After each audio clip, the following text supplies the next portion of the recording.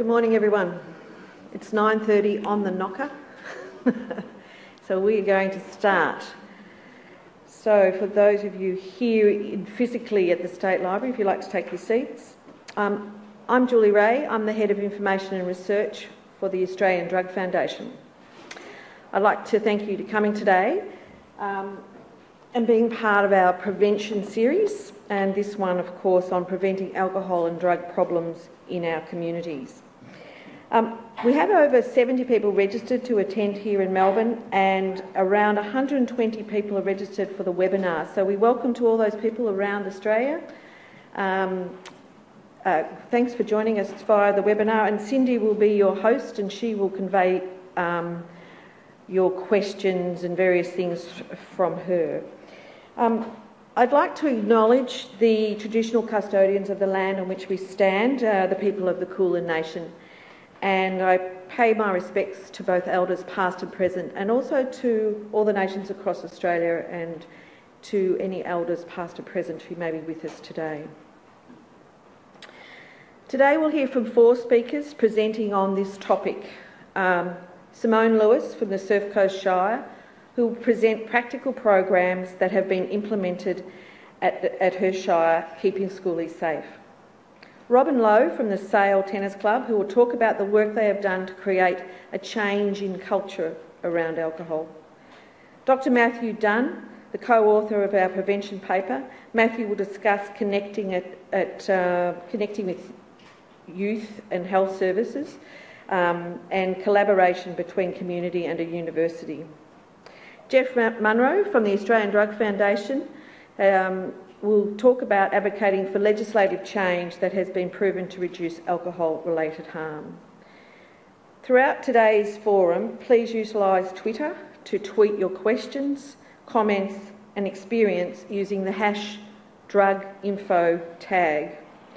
And also to those who are joining us via our live webinar, please feel free to ask questions. As I've said, Cindy will raise those for you.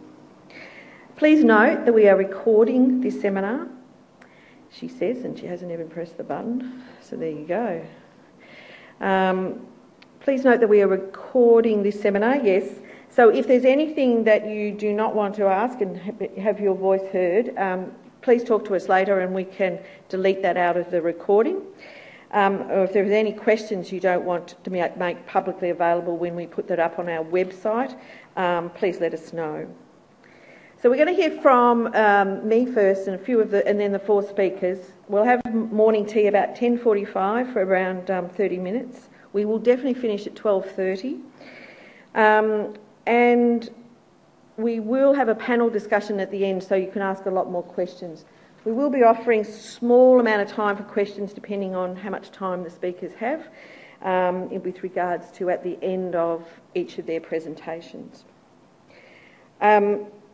It would be great that when you do talk that you present who you are and where you're from if you feel inclined to do so. I probably don't need to tell you because you hear this all the time, but you do have some mobile devices on you and you now know what to do with them. For those of you who don't, it is called muting, but anyway. Every day, even today, you left your home and you locked your door. Why did you do it? Why did you lock your door? Because you know or you believe that if you don't, you might get broken into. Now, some of you may have also realised that just locking your door may not necessarily provide great, prevention in that space. It may not stop them from getting in, so you lock your windows. Some of you may even have a security alarm and you put that in. And if you've got something really valuable inside your house that you know that people would want, you would probably bring in a whole lot of other measures like back-to-base monitoring, CCTV, security guards even, electric fences, who knows, a whole range of different things. And you do that because at every stage you have calculated the risk and put in place a prevention measure to reduce that risk. And in general, the concept of prevention is characterised by activities that are designed to reduce the likelihood that something harmful will occur, or to minimise that harm if it does occur. However, we do tend to bring in prevention activities once an occurrence has reached a critical mass. Seatbelts and 0.05 came about because around 3,500 people were dying each year on our roads.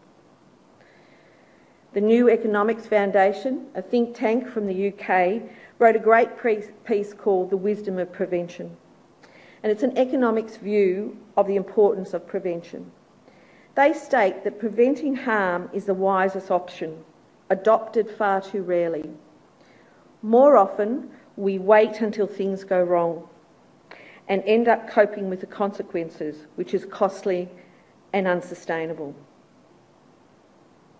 So now I want you to imagine, it's a beautiful day, the sun is shining, you're standing on the banks of a river, and yet you're watching this river flow past. It's flowing quite rapidly and it's gorgeous, and there's a slight breeze and it's beautiful and you're just feeling great.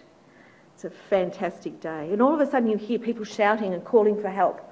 And you look across and there are men and women in the river who are flailing around and drowning. So you run in and you save them. And more people come down the river and you run in and you save them. And you're running backwards and forwards and you're giving them CPR and you're looking after them, and then there's more and more coming and you call for help and all your friends come and you start pulling people out of the river and you're dragging them and dragging them. And the question is, at what point do we stop and say, well, what's happening upstream? What is making this happen that we can do something about this? Now, there are 3 different levels of prevention. Downstream measures, trying to cope with the consequences of harm. So here I am pulling in the bodies, I'm giving them CPR, I'm bringing them back to life. We've got to stop things from getting worse. There's midstream measures aimed to mitigate the effects of harm that has already happened and focus on groups and other things considered. So I might be going in I might pull across lines and try and get people to hold there and keep them waiting in the water while I can actually get them to the shore. And then there's upstream measures. They aim to prevent harm before it occurs and usually focuses on the whole population and systems.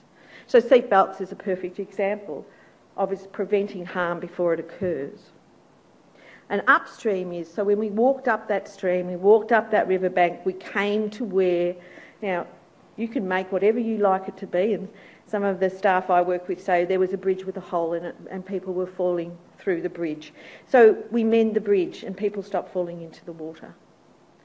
We also at the Australian Drug Foundation think that it's really important that we even go further beyond the river, and you would have heard about the analogy of the ambulance at the bottom of the cliff.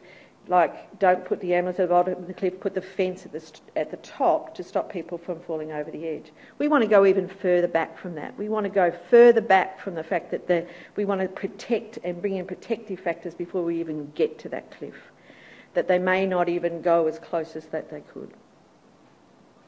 And drug taking by humans has been with us for millennia, and it will continue. That we're never going to stop drug taking in our communities. And, researchers found equipment that used to prepare hallucinogenic drugs for sniffing and dated them back to prehistoric South American tribes. And that was around 400 BC. So that's one of the earliest things that we have found about people taking drugs. And you would have heard about stories of shamans and various others to induce themselves into a meditative state that they can then give wisdom, and they use drugs to do that. We know why people take drugs. We know the harms that can be caused from long-term use. And we know the risk factors that can lead to drug use. And more importantly, we know why we want to protect people from harm, illness and death. There are many who will argue that change can only come about from a top-down approach, such as legislation. Others will say bottom-up prevention is best. To me, it's not one or the other. They're symbiotic. They have relationships with each other. Grassroots movements can make and enable legislative change. Legislative change can make and enable community change. They work together. And a perfect example of that is Point .05. If we only had a marketing campaign, or don't drink and you'll get fined, just don't drink for Point .05, people wouldn't pay much attention until the punitive came in that you would be fined for it, and the legislation thing, and that caused the change to happen. And it's been a remarkable thing around Point .05 that our attitudes to drink driving has totally changed. That when somebody is caught drink driving, we have a different opinion of them knowing that than before. And it's not a hero status opinion, can I say. Today, you're going to hear about some of the things that are happening, the community events, what's happening in local communities that are making a difference.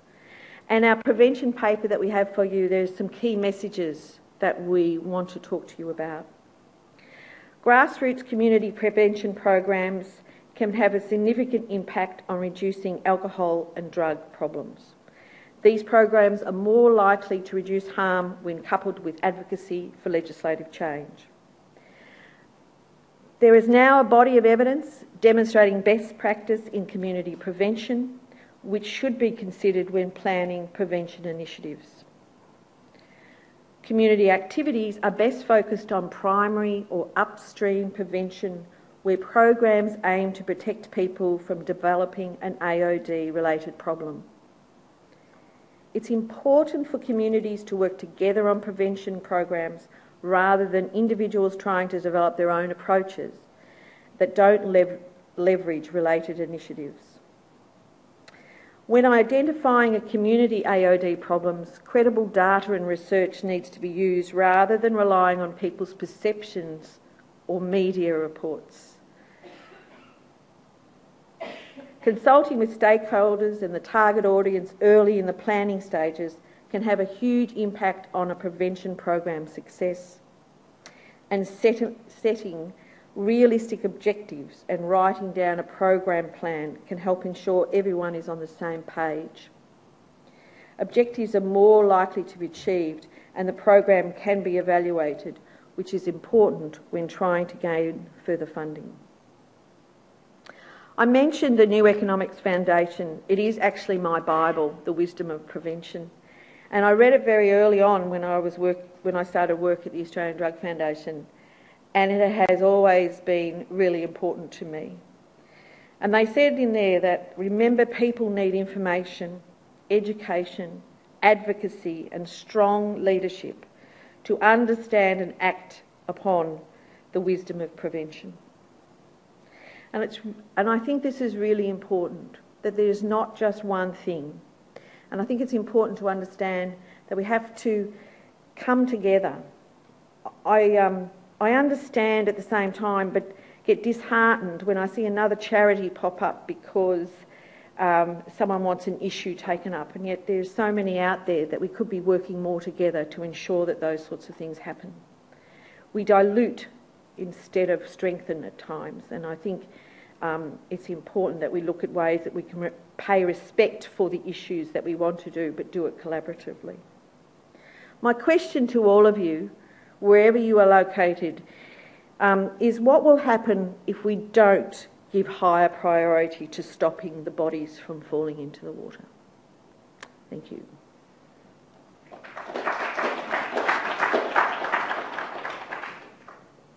So, Kate would like you to ask questions, but you don't have to. You're not it's not compulsory for you to do so. But there is a little bit of time for questions if anyone wants particular things. Just wait. Cindy, do you have any questions? And Mike is roving, if anyone wants it.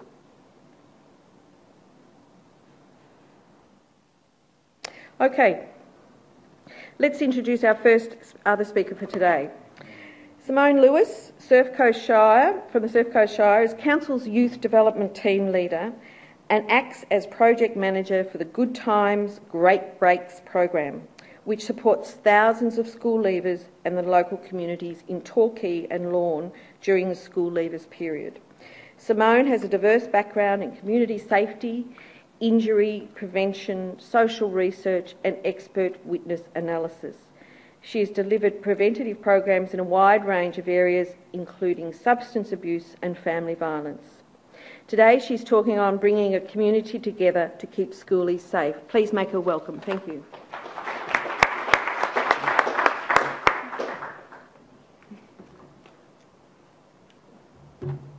For those who don't know where the Surf Coast Shire is located, we cover the area from Torquay up to Lorne, coming inland to Winchelsea. We're located just beyond Geelong, and it's quite an iconic region as we're at the entrance of the Great Ocean Road and the home of Bells Beach. So because of this, we are a chosen location for many school leavers to come and celebrate their end of school Year 12 celebrations. And I just wanted to speak today about how we challenge the image of schoolies. So as a first activity, as I mentioned schoolies, what's the first image that comes into your head? And think about where that image has come from. Our School Leavers program in 2013 ran from the 23rd of November to the 30th of November.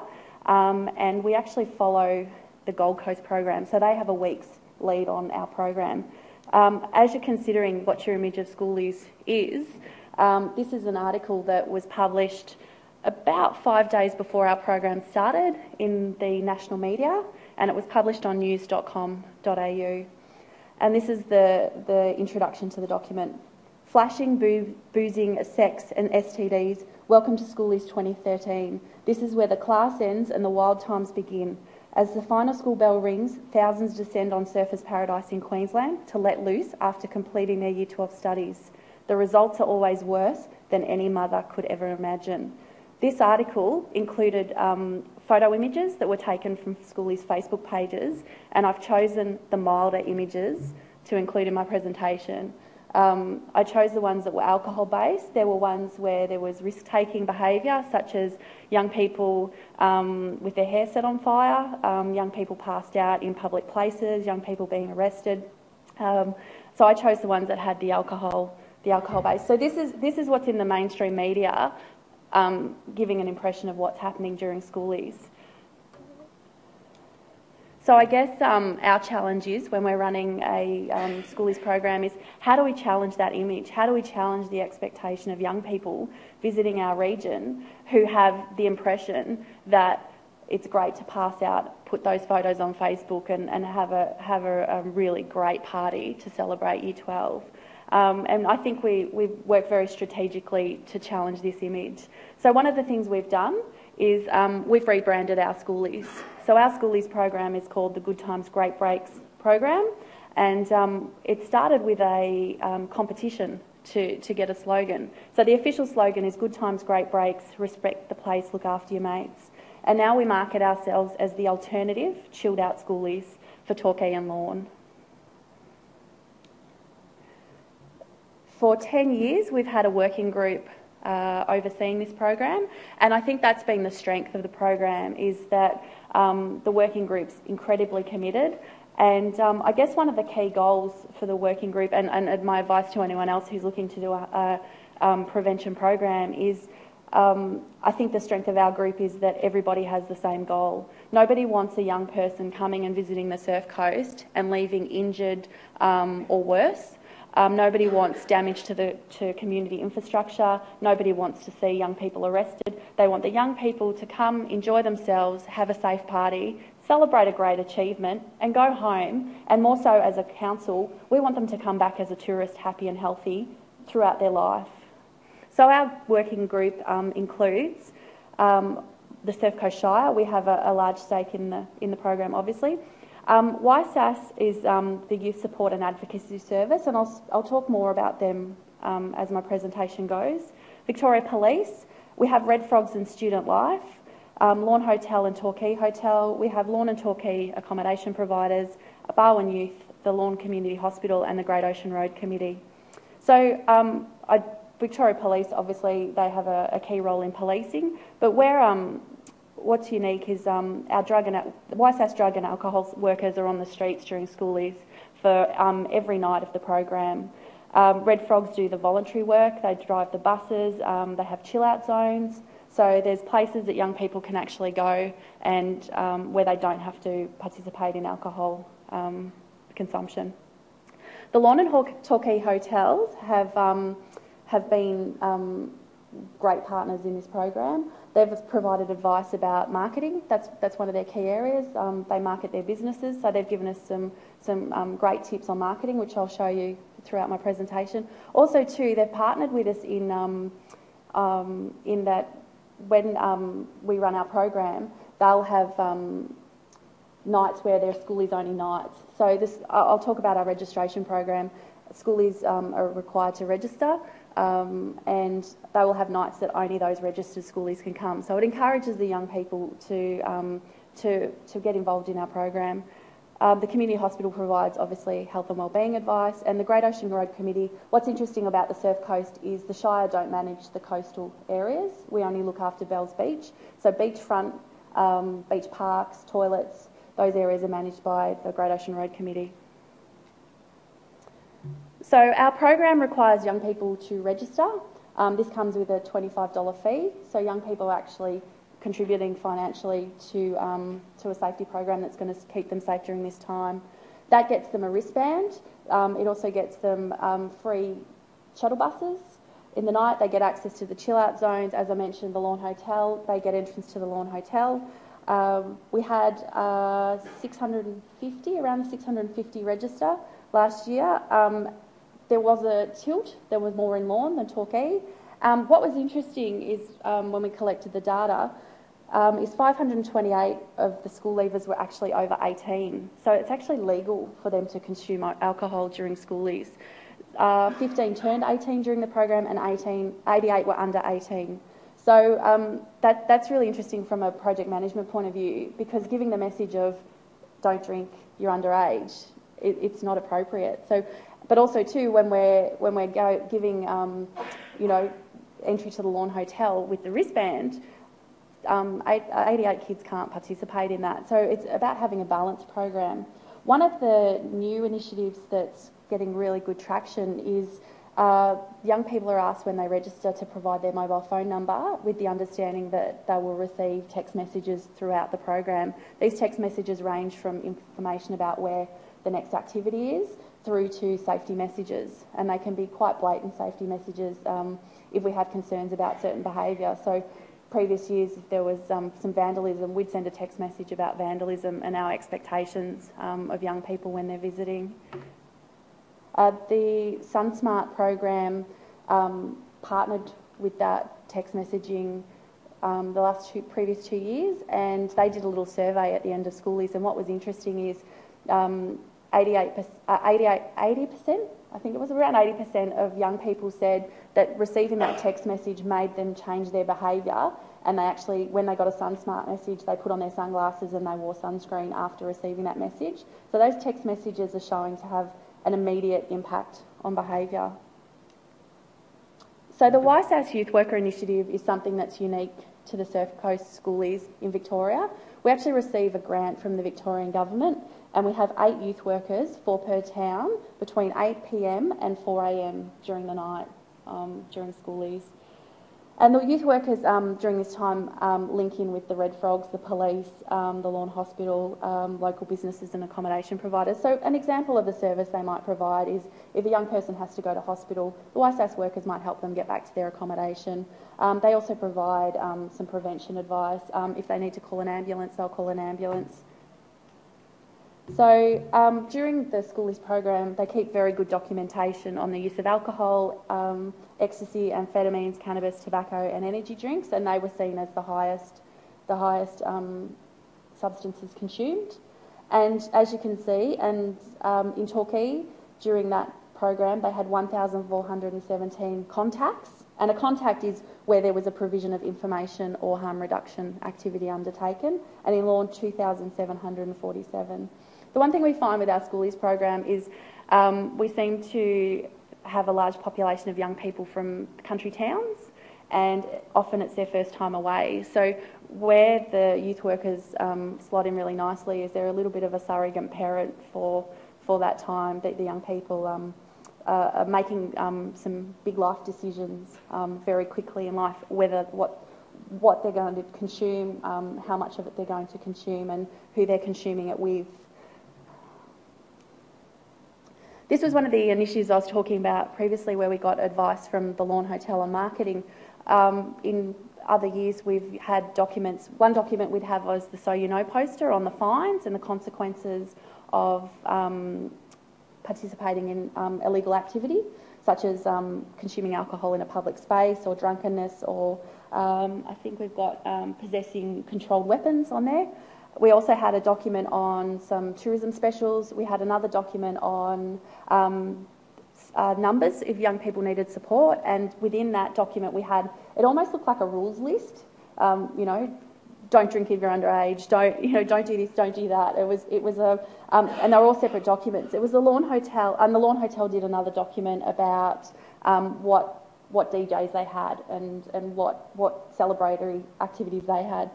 It was the Lawn Hotel that suggested that we compile it all in an A3 poster, and that way the young people had to keep the document, because if they wanted to know what party was happening at the Lawn Hotel, they'd need to keep it. But in amongst that, they've got the safety numbers, they've got the information about what happens if they consume too much alcohol in a public place.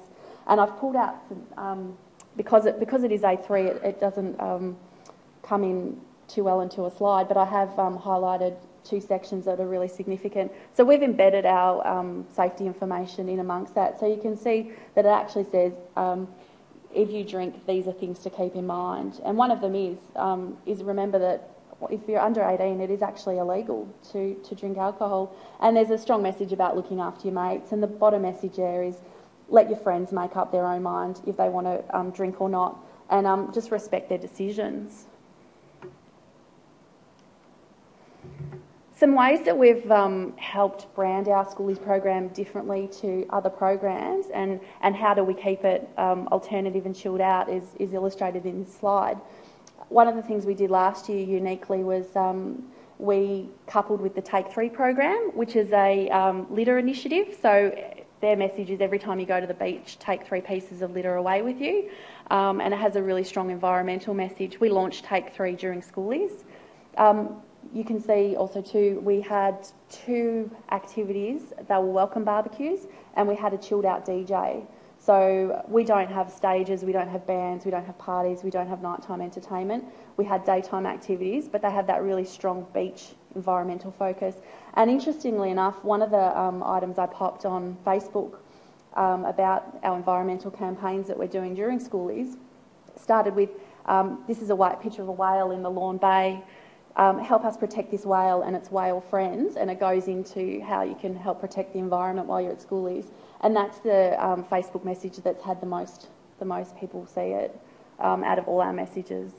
So it's quite interesting that we're starting to now see people get interested in our Schoolies program because of the environmental influence and because of the location. So just a few outside threats to our program. So there's always challenges to any program you do, and this is where the strength of the working group comes in, is that we're all experts in our different areas. So toolies, for those who don't know what toolies are, they're people who are not of school age or school leaver age who still come down to party and more so harass the young people. We have had incidents of toolies, and what we did last year is, with the text message, we sent out the text message, report toolies early. So what we were finding is there'd be a group of, and they're not adults, they're somewhere between schoolies and older adults, probably around the 20 year age. What we were finding is that the trouble would start in town early. So it would be young people walking and bumping. You know, it starts with a bump or two at 6 o'clock, and by 1 a.m. it's alcohol-related violence. So we were giving the message, report toolies early, so the police could know who they were, and they know who they are. The kids know who they are because they don't have the wristbands, and they can tell straight away. We've had challenges over the last 2 years that I've run the program with outside organisations, so they're not Surf Coast businesses, wanting to capitalise on schoolies being there. This is an example of one. So someone wanted to run a schoolies pub crawl, unlicensed, as you can see by the advertisement, drinking games. We also had a challenge in the previous year that a licensed venue outside the Surf Coast Shire was offering free buses to that venue. They were selling tickets to a dance event. They were free buses out there, and then they were going to give them free buses home. Our concern was at 2 a.m. we're getting busfuls of intoxicated young people just dumped back into the main street. So we've actually actively advocated against these, and the first thing we do is get liquor licensing involved, and we get them shut down as soon as possible. And also too, there's a little bit of a predatory component because the young people are required to pay money, and there's not actually any guarantee that the money's going to actually get them a service. Just to give you an idea of how we're tracking in terms of our success in branding ourselves as the alternative and chilled out schoolies, last year for the first time we asked young people, why do you choose the Surf Coast for your schoolies celebration? And here's some of the answers. So ranging from, their friends decided to come to the beaches. Some of the more interesting ones, it's cheap. It's close, cheap, and I've heard it's been fantastic schoolies location, closer than surfers. Friends are all coming here and cheaper than the Gold Coast and not as hectic. They're too lazy to go anywhere else. Safety and convenience is coming up. They didn't want to travel interstate. Then they love to surf and they've been to Surf Coast before. So what's really interesting is they're starting to say, one of the answers was because it's close and chilled. So they're starting to choose us because of the program being less of a party program and more of a relaxing time away. Also too, what was really interesting, the group in the Safer School Leavers program for the Victorian Government is Bass Coast, Surf Coast and Mornington Peninsula. What's interesting here is when young people are making their decision, they're going Surf Coast or Surfers Paradise. That's the only decision they're making. So it's kind of us or north. They're not considering that there's other Victorian locations. So that's really interesting for our marketing. And just to give you an idea, our measure of success, this actual document came the night after, this was in the media the night after our schoolies program commenced, and it was in the Geelong Advertiser on the 24th of November. Thousands of schoolies won praise from police for good behaviour across a sodden weekend in Lorne. And the actual quote is, "It's been pretty good. We had no assaults, no one injured, no sexual assaults, which is always good. The schoolies have been well behaved," Sergeant Quick said. So when you think of what was printed in the media 7 days plus prior, we've been able to give it a complete circle and get some positive media, which is always good. And then that helps give the message to the next generation of schoolies what our expectations are as a community. And that's the end of my presentation, if you've got any questions. Yeah. Yeah, Cindy's got one, yeah. Oh, Cindy's got a question from the webinar, yeah.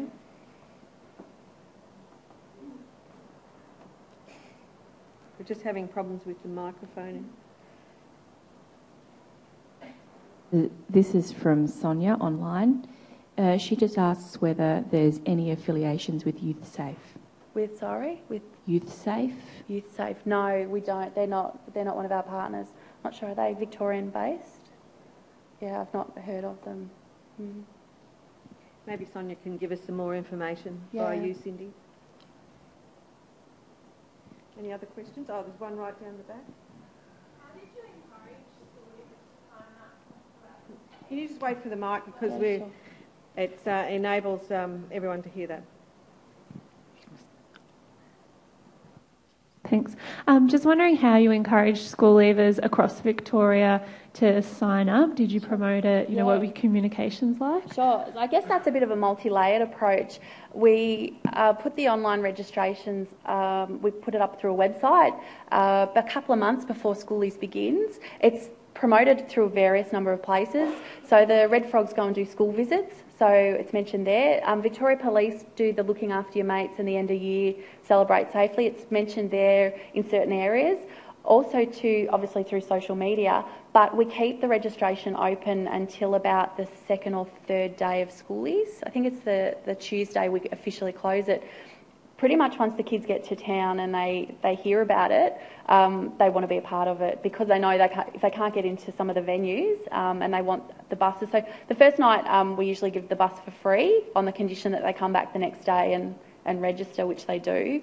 Also what was I going to add? The YSAS workers promote it really heavily. So we had it in the media as well. The Victorian government actually got it in the Herald Sun 2 years prior, and that was our biggest registration in one block. But it's more word of mouth, and once they see the wristbands, it's almost like they want to be a part of the club, to put it in a general sense. And what we see with the pre-registrations is it's usually parents that are registering them and paying the $25.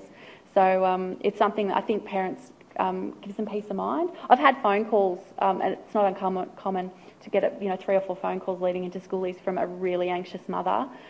My child's from Ararat, and do you know how small Ararat is? And they're coming to schoolies, and I'm really worried. And I tell them how small Lorne is, and it gives them a bit of peace of mind. And I also explain that there's essentially people on the streets looking after their children. Also, too, the police do something else that's been effective is the police do home visits during the school leaver period to the rental properties. So they actually get to engage face-to-face with the young people and they encourage the registration. But, it's a multi-layered approach. Yeah. Are there any there's a question here. And Cindy, sorry, you go ahead. You've got the mic with you anyway from the webinar. Just as an add-on, Youth Safe's actually a non-profit in New South Wales who prevents serious injury in young people. Yeah, so we're a Victorian program, so yeah, they would be one of our partners. So this question is from Katrin Bester, who is just asking, are there any young people on the actual school leavers working group? No, there's not. So it's just the stakeholders, because our challenge is that we don't actually know really who the schoolies are until they show up, and it's very different to our local population. So obviously if you live in Lorne and Torquay, you're not going to travel to Lorne and Torquay to celebrate schoolies. It's they want to go somewhere that's not their hometown. So we just have the stakeholder groups. So it's essentially running this. You essentially get a new audience every year. So from a economic point of view, I can reuse some of my marketing material because it's fresh eyes, but also we're always looking to embed new things into our program. Jen, you have a question. Hi, I'm Jen from the Australian Drug Foundation. I've heard stories about some of the bottle shops in Lorne and Torquay and Anglesey kind of getting involved and then being a little bit scared about their how much alcohol they're able to sell and those sort of things, just from schoolies that we spoke to last year. Yeah. How involved are the bottle shops on the Surf Coast Shire? They don't sit on the working groups, but that hasn't been reported to our working group. I hadn't heard that before. Obviously, bottle shops are one of the key places that they can get alcohol, and obviously often at a reduced price to what it may be from a licensed venue, and that is one of the things we do need to be mindful of is the preloading. So there can be quite extended parties at a rental property and then going on to venues. But the drug and alcohol workers are on the streets. They're actually at a hotel, from if there's a line, they'll work through the line. They're there at the end of close. The hotel will phone and tell when they're closing, and the buses will be there. So it's all linked in. This one's from Kim. Kim says, firstly, it's great to hear about the program. Is there any education program to support students before heading to Lorne or Torquay? Yeah, the Red Frogs do school visits, and the police look after, they've got their standard programs. I know Looking After Your Mates is one of them, and I know they ramp that up leading into the end of school celebration. So I think they tweak it a little bit to make it celebrating safely at the end. And it's expectations no matter where they go. It's whether they come to Lorne or Torquay or Bass Coast or Mornington Peninsula, or if they go, the challenge is also to young people getting the messages when they're going overseas, because there's obviously different challenges for young people going to Bali. So as a Victoria-wide issue, there's messages definitely in schools. Yeah. Simone, there's been a large number of, because there's been a lot of bad press around schoolies over the numerous years, and congratulations, I think it's fantastic work that you're doing at the Surf Coast. I also find it interesting now, there's a big push to have non-alcohol schoolie events. So they're in Fiji, and you can send your child off to Fiji, it's non-alcohol, and there's assumedly no drugs, other drugs. And I just wondered, you know, the work that you're doing, we would all still assume that Lorne and Torquay are a problem place. So how are you going to get that message out to the rest of the people? What do you mean by problem place? Well, why would I send my I would be scared to send my child to Lorne because I'd still believe that the Lorne and Torquay are problem places. Sure. I guess, well, the media is starting to support us in giving positive messages. Also, too, with the registration, we do promote the safety initiatives, and that includes the alcohol-free chill-out zones, and it includes, like, our barbecues are alcohol-free, you know, chill-out music events and things like that. What's interesting is, and just anecdotally, the pattern of behaviour is that first weekend's a quite big weekend, and then by Tuesday, Wednesday, the kids are exhausted. So I guess it's just giving clear messages and honest messages. And fortunately or unfortunately, depending which way you look at it, we don't run in line with the Gold Coast program. So when they get their media about filthy schoolies, we haven't started yet. So from a timing point of view, that's quite lucky. It's not planned. It's that's just the way it is. They always start before us. So it gives us a chance to let the dust settle on those issues and then start marketing our program as the positive program that it is. Is there any other questions? Yes, Cindy. Tracy Embry would like you to expand a bit more and talk about the capacity issues regarding alcohol, tobacco and other drug prevention staff and activities. The capacity? Like, yeah. Do we have enough? Capacity issues. So is that question, do we have enough staff to deal with the issues? Yeah, I guess it's a resourcing question. How do you manage that? Well, one of the parts of the program, so I mentioned the Red Frogs. The Red Frogs do work across all schoolies programs across Australia, and I think for the first time they sent a team overseas.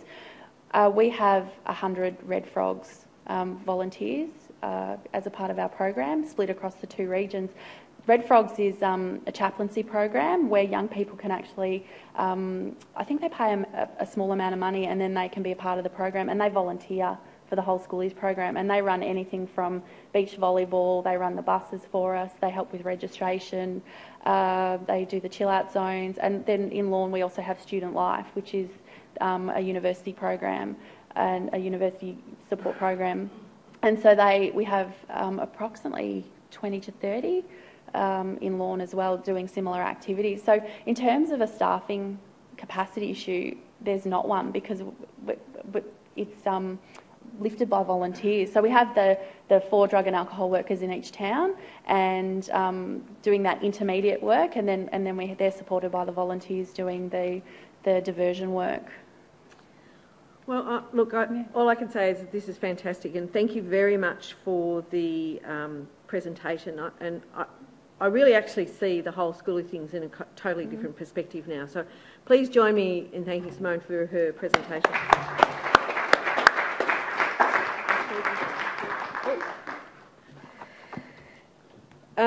Sorry about that, but do you have questions? I'm sure, keep them for the panel and we can ask them at the panel session. So going from one side of the state to the other, is it Bass Coast there? Wellington Shire, yes. Robin Lowe from the Sale Tennis Club, he's the president of that club and he's held that for 14 years, so well done. Robin has a strong ongoing interest in the not-for-profit sector, having assisted various local sporting and community groups with their planning, cultural and governance issues. Robin's here to talk today, so please make him welcome on creating cultural change around alcohol in sporting clubs. Please make him welcome.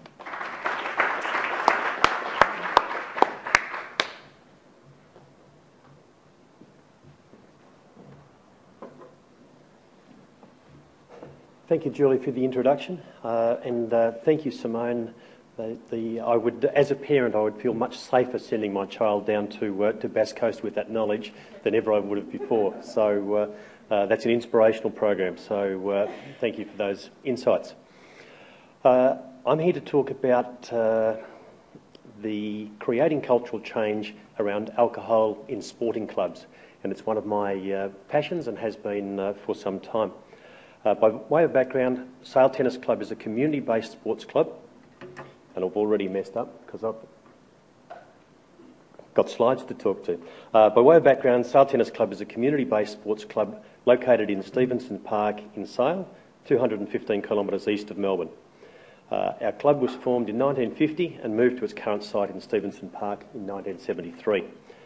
Our club provides an opportunity to participate in active sport for our 180-strong membership base in the broader Wellington Shire community. During 2013-14, we fielded a total of 68 separate teams in competitions in Wellington Gippsland Tennis Association, Gippsland Premier League, Sale and District Midweek Ladies and club-based competitions. This covered junior and senior summer pennant, night pennant, midweek ladies and junior winter pennant. And this photograph was taken this morning. That's what it's always like in Sale. The Sale Tennis Club, so what was our club's alcohol culture before we adopted the Good Sports program? The Sale Tennis Club's journey is possibly typical of many sports clubs. For many years, we mirrored society's attitudes towards sport and alcohol. Unfortunately, this meant for a significant time alcohol was seen as an essential accompaniment to on-court activities. It was not always served or consumed responsibly or safely. This is perhaps no great surprise in an era where alcohol and tobacco companies had for decades been major sponsors of many of our national teams. Some still are. I've picked 3 specific activities that probably typified our club before we joined the Good Sports program. The first is that at the end of each annual general meeting, there was an open bar where free alcohol was served to all attendees. The intent was probably to ensure that people came to the annual general meeting. The effect was to entrench in the next committee a poor attitude to alcohol from the outset. The second specific activity was, and this is probably a common fault for lots of clubs or has been in the past, was our Saturday afternoon happy hour between 5 and 6 o'clock, and drinks were served at half price. Again, the intent was to encourage more people to stay for the evening social activities. The outcome was a modern-day equivalent of the 6 o'clock swill, which last seen in Victoria in 1966. And the third activity we've looked at is we had social functions where the first 6 drinks were included in the entry price. Attendees wore a T-shirt and marked off each drink as they progressed. The unofficial aim appeared to get through the 6 drinks as quickly as possible and then get as many more crosses as possible on the T-shirt. Unfortunately, the crosses on the T-shirt provided a public display of how much each person had consumed. This is much the same as people I now see at the MCG standing with a pile of plastic cups all stacked up inside of each other. And the more cups, the more heroic they regard themselves. Social pressure was, certainly in our case, was often too much for people to resist, and excess consumption was the inevitable result. I now want to focus on what problems this culture caused. The cultural attitude to alcohol was not conducive to family groups and failed to provide a positive role model for our large junior contingent. The club's juniors saw the people they regarded as role models conduct themselves in a manner that was clearly not a positive role model. It encouraged the next generation to show as little respect for alcohol as the previous one. This then left parents with a real dilemma. Did they encourage their children to participate in a great sport in a poor environment, or did they seek an alternative? The result was that we then tended to attract more members who perpetuated the alcohol issues and discouraged families. We became more and more dependent on alcohol sales to support our financial base, and the culture and image of our club suffered as a direct result. These, of course, were all symptoms. The true problem lay in the underlying health and lifestyle issues of excess alcohol consumption, long-term health problems and drink driving being the leading issues. Given the important role of a sports club in the community, how did that impact on our wider community? While we had no reported accidents, drink driving was a serious issue as people failed to respect the real danger of this behaviour. The community cost of alcohol-related road trauma is well documented, and we were fortunate to avoid this. On a broader basis, our club failed the doctor's creed of do no harm. Our community not only missed out on having one of its major sporting clubs provide a positive role model, it was actually providing a negative one. We were therefore, as a club and as a community, destined to repeat the mistakes of the past, and positive cultural change around alcohol under these conditions was unlikely. Why did we choose the Good Sports program as a way of tackling these problems? A journey of 1,000 miles begins with a single step. In 2004, when our General Committee resolved to actively work to change our culture around alcohol, we needed a guide or roadmap that would actively assist us with the changes that we recognised we needed to take. If we were to be successful, we understood we needed to find a way to attract broad support from juniors and families all the way through to senior level. This strategy was unlikely to be successful if one of our core values included an alcohol to excess culture. The Good Sports program provided a structured way to work through cultural change, a program that commenced with a set number of non-negotiables and then worked up to level 1, level 2 to level 3, allowed us to implement change in a way where almost everyone was brought along for the ride. Sometimes when you look at where you are and where you want to be, the enormity of the task can be paralysing. However, if you break down the journey into small specific steps, then work methodically on each small step, one day you look back and you're astounded by how far you've come. The Good Sports program has a proven record of providing the right specific steps, and we understood that this support was essential from the outset. In addition to the program structure, we had committed support from our local ADF community partner, Gippsport. Gippsport had local people who assisted us along the way, gave us support, encouragement and, when necessary, the occasional push. This local support was invaluable in ensuring the success of the program. How did we implement the Good Sports program? If we were to successfully implement the Good Sports program, it was clear we would need to achieve sustained change. Our first change related to the way we presented and served alcohol. We rebuilt our bar area so that it was no longer the physical centre of our clubhouse and moved from beer on tap to packaged beer. In addition to providing better security over alcohol access, it also allowed us to better manage consumption.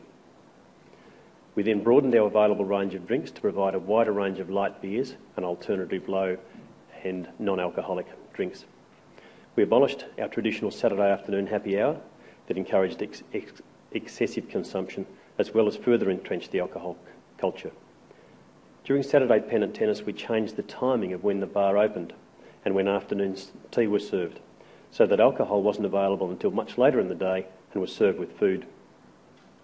We banned BYO alcohol altogether, and we banned takeaway sales, giving us a much better control over consumption levels. We developed an informal buddy system to combat drink driving. Buddies were responsible for ensuring that drinkers' cars were left in the car park overnight and that safe transport options were available at all times when needed. Alcohol was removed from our player awards, club raffles, spinning wheel prizes to clearly demonstrate our shift in alcohol culture. Our annual general meetings no longer end with an open bar. In fact, there's no bar at all, and our club functions no longer have drinks included format. So we won't see any more crosses on those T-shirts. So it's a bit of a relic, that one. And I'd like to point out the fact that it's 2002-3, you'll note the date, before we joined the Good Sports program. What made the biggest difference? We used the Good Sports program as both a communication and an education tool. In each of our quarterly newsletters, we found a way to feature the Good Sports message. We highlighted the positive themes around our changing culture and constantly reiterated our desired values so that they became well known and well understood. Initially, we featured success stories from other clubs before we had any of our own, so that members knew that change was readily achievable and not just an unattainable goal. We used our local media to assist us reinforce this positive message, both to our members and within the broader community. The impact of this ongoing communication should not be underestimated. Everybody likes to be part of something positive. It was not long before members started to pick up the intended message and spread it to other members and the broader community. Even now, we rarely have a newsletter that does not have at least one article reinforcing a Good Sports theme. Often there's more than one. Education was the second limb of our implementation. Our club has now hosted 4 responsible service of alcohol courses, at which we have now had 85 members attend and receive their RSA certificate. Our club pays the fee for all members and their immediate family to attend. This way there are no barriers to participation. We specifically targeted and encouraged many of our older teenagers and young adults to attend, and this gave them a much greater appreciation of alcohol-related issues and how it feels from the other side of the bar. Our RSA initiative alone had an immediate impact on our members' attitude to alcohol consumption and accelerated our cultural change, especially in the early part of that process. It's also made it very easy to ensure that we always have an RSA-trained person behind our bar to continuously reinforce and support our good sport protocols. Importantly, how did we get others at our club on board? We took a very broad view of the good sports message and tried to build activities that supported this message. We had a community-based Women's Health Day at our club. Alcohol was only one of the themes addressed by the women's health professionals on the day. Importantly, it was consistent with our message, and few would doubt the influence that women have over men in their lives. That's actually us doing laughing yoga. And if anybody's tried that, apparently laughing is one of the great therapies. So laughing yoga with a group of girls doing women's health was a great day. We increased the range of program options that were available for children and specifically told their parents what their values were around alcohol. We also ensured that all parents understood that they too were required to adhere to the good sports protocols while at our club, even though they themselves may not be members. We specifically recognised the need to provide positive role models for our juniors, as that was where we could achieve long-term change and lasting change. Also, as part of bringing people on board, we recognised that everybody likes to be involved with something successful. We were most fortunate to receive recognition in the form of community awards. We used this experience to further reinforce the good sports message. People became excited about the recognition and seeing their club in the newspaper and on TV. This supported our good sports participation and was an opportunity to get any resistors on board. I might add that Rod is looking most handsome in that photo. Key learnings for others trying to do the same. All cultural change takes time and has resistors. This is especially so in our society where alcohol is so heavily promoted and freely available. However, we understood that our culture is demonstrated not only by those behaviours that you reward, but also those behaviours that you tolerate. We no longer tolerated the poor behaviour, and our broader membership began to notice the change and could see the benefits that flowed from this. Ultimately, alcohol consumption has become self-regulating, as inappropriate consumption is no longer tolerated or accepted at our club. The critical learning was to be persistent, to continue to positively enunciate and act in accordance with what we were striving for, and members progressively embraced our cultural shift.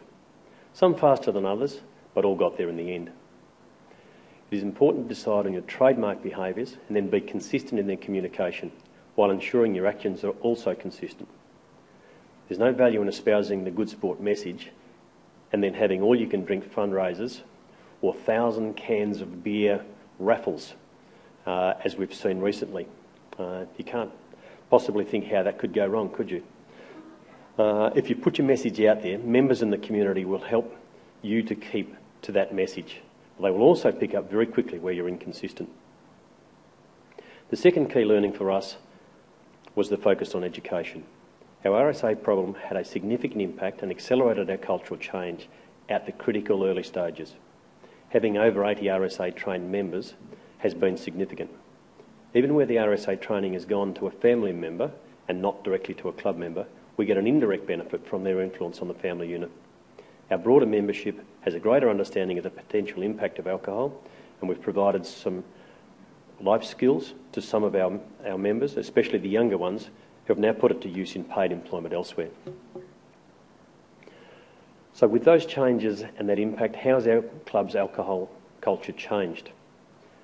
We've been most fortunate to have seen a dramatic reduction in overall and especially risky consumption of alcohol. This is best demonstrated by the fact that in 2013, Bar sales for our club accounted for only 10.7% of our total revenue, a fall of over 25% from where it was in previous years. Our club is no longer dependent on alcohol sales to fund club operations. We've also seen a reduction in alcohol-related problems through implementation of our buddy system to ensure those who have consumed more than is safe to drive have an alternative means of transport to get home safely. The result of this is that we now have an excellent relationship with local police, our local Wellington Shire, and with Responsible Alcohol Victoria. And we're pleased to say that there are no entries in our incident register in the past 5 years. The success of our message around alcohol culture is reinforced by our participation rates. For each of the last 3 years, we have increased our junior participation, indicating that parents are comfortable that their children are playing in a safe and welcoming environment. And this is just a little brag. This photo is a photo of Yvonne Goolagong at our annual Indigenous Come and Try Day with over 75 Indigenous youth at our club. We have that as an annual, and Yvonne, I'll have to say, is just an absolute charmer. One of the best possible people that you could ever get around a club or on a tennis court. She is a sensation. What have we done to make the change sustainable? We're acutely aware that where we are now with the Good Sports program and our club culture around alcohol is part of a journey and not a final destination. We've tried to build the Good Sports message into our club DNA so that it will be sustained long beyond the current committee. Each new committee on election is taken through our policies and procedures to ensure there's no loss or watering down of the message over time. We consistently put our message. We know we're being measured against the high standards we set for ourselves, and we're happy to be held to account by both our members and the community. By making Good Sports a focus in both our day-to-day operations and our long-term planning, we can ensure that our positive changes are maintained and built on. We're very pleased to say that those changes have also impacted on the wider community. Coinciding with our club's participation in the Good Sports program, the number of club sponsors has more than doubled, thereby significantly increasing our revenue. Sponsors now see us as a positive participant in our local community. As such, it is good for their brand and business profile to be associated with Sale Tennis Club, and we're at a low risk to attract adverse publicity that may embarrass them. One sponsor provides the club with free bottled water that we can sell for a small charge to club members and provide free of charge to our volunteer RSA bar staff. We now regularly hire out the club's facilities and with the approval of Wellington Shire to a wide range of external functions. This brings in additional revenue to the club that was not available previously. We've also been able to broaden our relationships within our community. In addition to our work with Gippsland Women's Health, we've also hosted a Breast Cancer Network Australia fundraiser, participated in FebFast and hosted a Girls' Night In to support breast cancer research. Each of these allows us to demonstrate to the broader community our values around alcohol and to influence our community in a favourable way. With the sanction of Tennis Australia and Tennis Victoria, we now host an annual Open Junior tournament each Queen's Birthday weekend. In 2014, this event attracted 110 entries from juniors around the state. The sanction of this event is a direct recognition of the work we've done in providing a sustained, safe environment for junior participants. This event has not only provided excellent experience for our local players, but a significant economic boost to the businesses in our region. Other areas where we have seen changes from a community perspective is in the past, taxi drivers in Sale have refused to pick up from functions in our precinct late at night, fearing passengers would be intoxicated. Coinciding with the implementation of the Good Sports program within our club, taxis are now happy to pick up our members from functions as they know they will not be intoxicated. Interestingly, after a recent function at our club, members noticed patrons from adjoining functions were coming to our club to call a taxi as the taxi drivers refused to pick up from their function. We've been privileged to have received a number of prominent awards in recognition of our journey. However, the real reward is the knowledge that we have had a positive impact on our membership base and the broader community. Who knows, indirectly we may have even saved someone's life. What greater reward exists? In conclusion, tennis is a sport that can be played both socially and competitively throughout life by people of all ages and abilities. It is therefore as important to community development as it is to the world of competitive sport. In promoting the values of fun, fitness, health and social relationships, tennis clubs are a vital part of local communities. By fully embracing the Good Sports program, we've successfully challenged, then changed the culture and attitude toward alcohol in our club. This has transformed us into a more welcoming and inclusive club, which in turn has seen us benefit both financially and as a member of our local community. We have deliberately adopted strategies that ensure that the Good Sports program is hardwired into our club activities and will continue long after the current committee is gone. Success for sporting clubs will almost always be measured in on-field performance. That's why we have a scoreboard. However, you cannot be said to have been truly successful if you fail to provide a safe and welcoming environment for all participants. For this reason, we're a passionate advocate of the Good Sports program to all other sporting clubs. My message to anyone involved in sports administration is appropriate culture around alcohol is not one more thing on your plate. It is the plate. Now got time for some questions.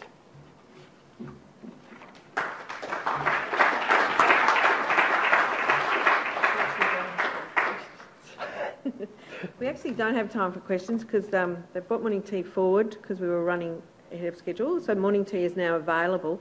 We're going to come back at 11:05, but please write down your questions now so that you can ask Robin when he's on the panel. So thank you very much. So we're going to now break for morning tea and come back at 11:05. Thank you. And please join me again in thanking Robin for his presentation. It's very good. Okay, welcome back. Thank you. Welcome back to those people who are physically here at the State Library of Victoria at the Prevention Seminar, Preventing Alcohol and Drug Problems in Your Community, and welcome to those online who are also joining us all the way from around Australia, and we have people in Northern Territory and we have New South Wales, and so welcome to all of you. Just a reminder that the Twitter hashtag is #druginfo. You can ask questions via the Twitter, and you can also ask questions via the webinar, and also as a novelty you can ask questions in person because you're physically here as well. Our next speaker is the co-author of our prevention document, which you can obtain now from our website, and also for those people who are physically here you would have received one. Dr Matthew Dunn is a senior lecturer in public health at Deakin University and a conjoint senior lecturer at the National Drug and Alcohol Research Centre. He has experience in delivering training and education to various community organisations to assist in reducing the use of harms associated with substance use. Today he's going to speak on connecting at-risk youth with health services, a collaboration between a community and a university. Please join me in making Dr Matthew Dunn welcome. Thank you. Thank you very much. In the interest of full disclosure, the Western Alcohol Reduction Program is not my creation. It's the creation of a group of community members who saw an issue in their community and decided to come forward and come together and do something about it. Myself and my colleague Dr Fiona Mackay are the people that came in to evaluate it. So there's a couple of stories here. There's the program itself, which I'm going to go through and give you all the statistical analysis for, which, spoiler alert, there was one significant result. But the story that underlines all this is there's two. There's the people who came together and went, we need to do something in our community, let's do it. So underpinning that one statistical result, significant result, is that story, but also how they came together and said, we also need to evaluate this program if we want it to be sustained, to keep going, to learn what's maybe working in the first year that we run it and maybe what's not working. So as I go through this, there are those stories, so remember those. So to set the scene, alcohol accounts for 3.3% of the total burden of disease in Australia. 1 in 10 report daily drinking, and 1 in 5 drink at levels that place them at risk for harm over their lifetime. I'm not telling you anything that you don't already know. But there's increased interest in prevention and increased interest in preventing use amongst certain groups and certain at-risk groups. And young people, as we've heard, are one of those groups. And these statistics will probably highlight why. So despite the minimum legal age of purchase of alcohol and the guidelines recommending that young people don't drink until they're 18, they are doing it. Alcohol use is the second most problematic cause for disease and injury in the 15 to 24 year age group. 3/4 of those aged 12 to 17 years old have tried alcohol. 1 in 5 14 to 19-year-olds are drinking weekly. And because of this, there are a variety of measures which are being put in place to address alcohol use amongst this group. And one of those is looking at the school setting. So schools are and have been identified as an important setting for prevention efforts. So there's been a number of efforts over the years, and some are continuing ongoing. And there's a good reason for this. Children, young people, spend a large proportion of their time at school. So you're getting them in an environment where they're going to be and they're spending a lot of time. And you can embed this type of knowledge and this type of education and these messages in a lot of the things that young people do at school. So there have been a range of initiatives over time. There's been the SHARP program, which aim to enhance students' abilities to deal with and identify high-risk drinking situations. The Climate Schools program, which many of you may have known, that my colleagues at NDARC have come up with. It's the online school prevention effort which is embedded into the curriculum, taking a harm minimisation approach. And then there's the Resilient Families. And so it aims to have activities to assist students to develop knowledge and skills and increase support networks for the first few years at high school. And we've seen varying findings from these projects, these efforts. So the SHARP program increased knowledge, attitudes and behavioural effects around alcohol. The Climate Schools project has seen increased knowledge and decreased use at the various times where they've measured these amongst kids, suggesting that there is an effect that hangs around for a while. And the Resilient Families saw benefits to education-related outcomes but no overall effect in reducing use. One of the problems with school-based prevention efforts is that kids are starting to drink young, and these efforts are being aimed at when they've already had exposure to alcohol, and that's one of the things that we're combating. And that's why the Climate Schools, and I know I sound like I'm putting them forward as the best one, and they're my colleagues, so I'm going to do that. But it took a harm minimisation approach, saying we recognise that you may be drinking, maybe drink less. Don't drink a keg of beer on the weekend, drink one if you're going to. And if your mate does drink a keg of beer and falls over, look after him or her. So it's taking that different approach. But again, and you'll see, kids are starting to drink younger, so we're behind the 8 ball already. So why do another project? Why do another program? There's a lot of them around, as I've just shown 3. But they may not be fully adaptable for all secondary school settings. And that's what this group of people came together and realised, that there are things out there, but they wanted something that fit their setting and the students that they have in their schools. So there's that opportunity to develop new programs that can be, that cater to the specifics of the individual or the region. And that's what they needed. They needed something that they could use in their school. And this is Melbourne's Western region. So for those of you that are not from that area or don't know that area, it accounts for about 18% of the population of Metro Melbourne and 13.4% of Victoria's population. There are lower levels of education, they're more likely to be unemployed, and higher rates of youth unemployment. Amongst the adolescents surveyed in that region from 12 to 14 years, 46% had consumed alcohol at some point, and 24% had consumed alcohol in the 30 days prior to that particular survey. So again, it was an area that is in need of maybe some targeted interventions or targeted messages. And that's where WALK came in. So the Western Alcohol Reduction Program was an idea from the people that were working in that region. So it's a couple of schools that came together and identified that there was, amongst some of their students, high-risk alcohol use. They were worried, though, because of the statistics that I've just told you about, such as unemployment and so forth. They were looking forward in these young people's lives and saying, well, they're going out there and we actually want them to be engaged with the community and see themselves as part of the broader community. But also, they were worried in that area that those kids weren't having any exposure to the rest of the community until things go bad. So I guess, the elephant in the room, when they get older, alcohol, violence, being arrested, that's the first time they're coming into contact with police. And they wanted to stop that.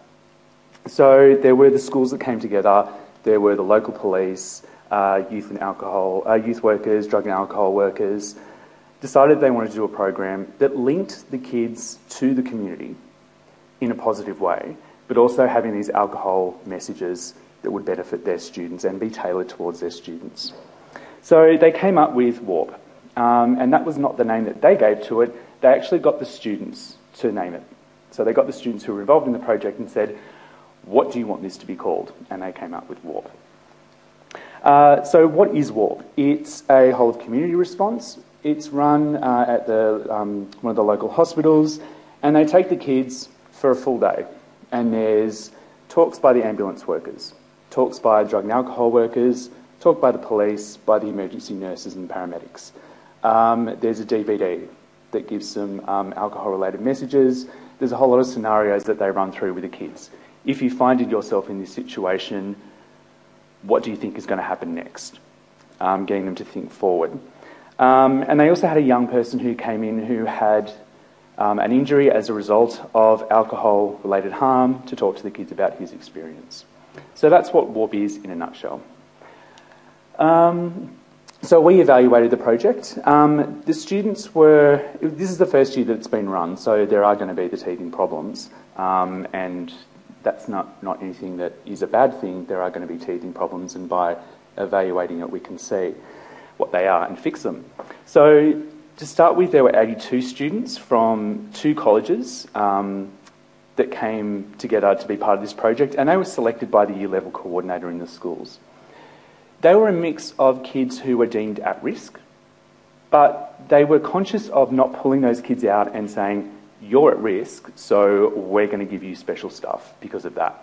So they actually combined kids that they identified as maybe having some sort of leadership capacity or leadership skills in the future, and also with kids that may not have been the at-risk ones, but were in that group who, by getting some positive alcohol messages and getting those prevention messages, could then disseminate that to their other networks. So a bit of peer education, so to speak. So some of the results are probably a result of having that mixture of kids, but you don't want to stigmatise kids any more than what they possibly are already feeling. So that's how they were identified. We did pre and post survey, so before the kids went to the program and then afterwards. Standard questions around demographics, who are you, also about their alcohol use, alcohol-related expectancies, any alcohol-related harm that they had experienced, and any post-intervention questions as well regarding specifically that program. So who are they? And there were some kids that were there for the pre-survey and some weren't, so things won't add up to 100, but that's okay. So as you can see, the ages kind of in the 14 to 16 year range. Mostly more females than males in there. 1 in 10 came from an immigrant family, and the rest came from an Australian-born family. And this is a group that, while a decent proportion hadn't had days off school without parental permission, there was a decent proportion that had. So one of the things, while I've said before that schools are a great place to put these messages, it's maybe not so great for the kids that aren't at school. And that's something that we recognise. So that's why we have all these other great prevention initiatives that you've heard about today. So they're kids that some of them weren't always going to school. These are kind of busy slides. You don't have to read everything on them, but proportion of friends who drink. They have friends who drink. This is, the elephant in the room. These are kids who are drinking. As you can see further down, the average age that they'd first had a drink was 13 years, and that's, I think, pretty conservative given what we sometimes are told by those great bastions of news, news.com.au and ACA. Proportion of friends who drink to get drunk, a high proportion of the students have got friends who are going out to drink alcohol to get drunk. And this is a group who, by and large, have had exposure to alcohol. As you can see, almost 32%, so almost a third, yes, they've had more than 10 alcoholic drinks. I would suspect we actually capped it, but they're probably a lot more, given that they first started drinking at 13 years, and this is a group that's in the 13 to 16 age group mostly. And they are drinking currently at the time of the survey, so in the past month, past 3 months, past 12 months. So we're confident that we got the group that probably need to be exposed to this, but we also got people that aren't consuming alcohol and probably won't at risky levels in the future. But as I said, you don't want to pull out a group of students and say, you're the naughty ones, so we're taking you somewhere special. So this is the baseline, so what they were drinking before the program and what they were drinking after the program. And look, there was no real change, nothing statistically significant. And that two that were drinking every day that weren't drinking after that, could just be it was exams. It's nothing exciting, these results. And I want to go back to the message that I said when I started, that it's not necessarily the change that we want to see, particularly after 1 month, but it's about the underlying reasons that this program came together. So no real change there. We asked them about expectancies and what they thought around alcohol, and you can't read this, and that's fine, because there's only one statistically significant result. An ambulance officer will contact police for an alcohol or drug overdose. There was a change, and students recognised after they'd been involved in the program that actually wasn't the case. So going back to the original aims of linking this group in with the community and saying, you know what, the police aren't necessarily to bust you every time you do something. And the AMBOs and the paramedics and the nurses at the hospital and so forth, they're not there to bust you every time, they're there to actually help you and save your life if something goes wrong. This is really encouraging, and if it's the one significant thing, yeah, we want them to drink less, and that would be great, or not drink at all, given that they're under 18. But this is we're pretty happy about this. So that's the people who believed that was true. So we did see a decrease there. So that's great. So what did they like about WARP itself? We always kind of talk about in drug and alcohol prevention that people don't respond to scare tactics. So people don't really respond to the Faces of Meth campaigns for a variety of reasons. Will these kids respond to someone who's had harm related to alcohol? And they actually did. So about 62% said that they found the injury survivor speaker relevant or very relevant to them, which went against what my advice was originally for the program, which was not to put someone in there like that, because sometimes that really doesn't work very well. Programs that tend to do this type of thing will put young kids there and then get someone that's had a heroin overdose. Not many kids are going to be using heroin at the time, or will go on to.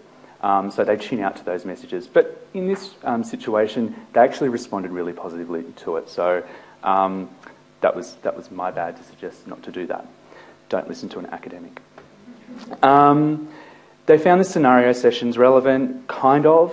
You know, you're out on a weekend, this is the situation you find yourself in, what could happen? Kind of relevant. The simulation sessions, they kind of liked that, going in and seeing the hospital and seeing what happens, and they'd strap them down to the boards and they went, if you come in and you're violent, this is what's going to happen, and so forth. So they actually, in the written comments, found that really interesting, seeing that side of everything. The emergency nursing session, kind of relevant, and the DVD, not crash hot. But that DVD was actually put together by the students and students who were studying VCE art. So again, it was actually bringing in other students, not just about saying, you're the naughty ones, go off to the program, but it was bringing in others in the school. And these are the people, you know, the kids that actually named the program. So what are the key points from this? There was no real reduction in alcohol. Let's not kid ourselves after a month. That's why it was only after a month that we surveyed them. We were looking at how would the kids respond to this program in its first run. When people get together and say, look, we want to do something, we'll do our best. How can we improve it next time? There were some changes to knowledge and attitudes, whether they're statistically significant or not, I'm not fussed. If there is a change and it's a change for the positive, then I'm happy. But going back to what I said, it was about engaging multiple sectors. This is a whole of community response to come together and say, we need to do something. We recognise that the young people in our area may end up not great. And so we want them to get the messages. We want them to see what's happening out in the community and be engaged with the community in terms of prevention. But it was also them, and why I'm up here, is saying that if you're going to engage in prevention efforts, contact people at universities. And in the document that you've got today, it's got some contacts that you might want to contact. We're not scary and we don't live in ivory towers. We want to get out there and help. And so part of what we did for this was coming with them and saying, we will evaluate this. You just put the kids in a room and we'll give them the surveys. Because, yes, there's one statistically significant finding, but now we know what to change next time. And if they now want to go for further funding to roll this out, and it is a resource intensive, it does mean that you've got to take the kids out of school and take them to the hospital and bring in all these people. And that is going to be resource intensive, it's going to cost a bit of money. And if the DVD needs to be changed, that's not free. So having this evidence base means that they can go forward. So if you are engaging in prevention efforts, think about people like myself who can come in and give that research side of things to hopefully help you succeed in your efforts. And as I said, that was the main reason, one of the main reasons why this program came together. So thank you very much.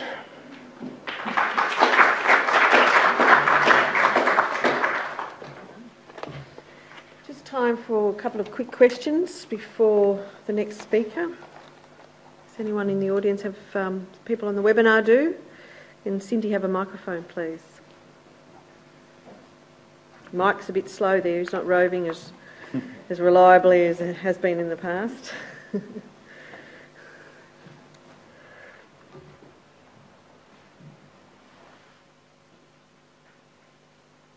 Thank you for a great talk.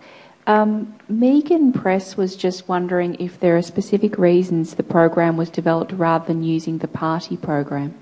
Because that's copyrighted, licensed. It is kind of run off that model, and the stakeholders that came together had been exposed to that in the past and really liked it. But again, going back to the idea that there are things out there that people really like, they wanted to do something specific for that region, so they came up with their own. But it is modelled on certain other programs, and the party program is one of them. Any other questions? I'm sure they're going to save them up for the panel session. Wonderful. So please join me again in thanking Matthew Gunn. Thank you.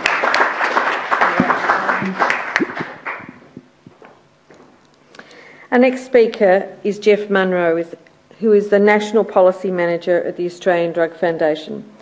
He has led numerous projects in community and education settings, published widely on drug prevention policy and practice, and developed education materials and resources presented at numerous forums, drug summits and parliamentary inquiries. And he's convened several international conferences. His publications include education resources, journal papers and several book chapters, including one on primary prevention in the new edition of Drug Use in Australian Society. He's also had extensive experience and helped set up the Good Sports program that you heard about today as well. So Jeff is one of our colleagues at the Australian Drug Foundation, and one that we appreciate and value very much. So please make him welcome. He's going to be speaking on advocating for legislative change that has been proven to reduce alcohol-related harm. Please join me in welcoming Jeff.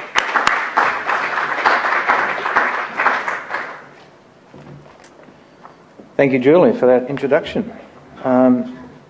And I do apologise to people on the webinar because I haven't got slides to entertain you with, but I'm happy to make my notes available afterwards if people would like them. As Julie said, my topic is about advocating for legislative change as part of the prevention strategy. And following Matthew, in the interest of full disclosure, I was a little ambivalent when I was asked to talk about this topic, because I thought, how well is this going to fit in to the general topic of community prevention? Because the excellent programs and work we've heard about already today are about communities taking action in a bottom-up approach, communities utilising their own resources and taking responsibility to do what they can to reduce alcohol-related problems. Whereas with legislation, that's really looking at a top-down approach where we are asking governments and politicians to take action. But of course, on reflection, these approaches are not opposed. They are actually part of a whole, and I'd like to talk about the opportunities that advocating for legislation offer those of us who are engaged in reducing alcohol-related harm. I'd also like to mention some of the, challenges, but I do have some examples too of successful advocacy by community members which have led directly to the introduction of laws and in Australia and in Victoria. I do have a subtext, and the subtext is those of us who work in prevention have to get tougher-minded about our successes. We are successful, but we don't talk about it very much. Those of you who saw Media Watch on Monday night got a good example of what we're up against.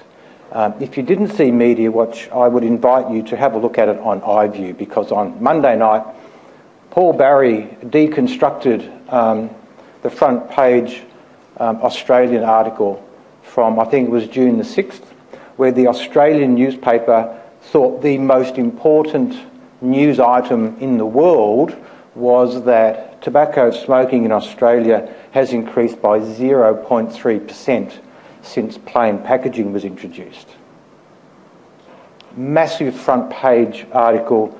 The heading was something like "Labor's plain packaging fails," and it's part of the neoliberal political philosophy to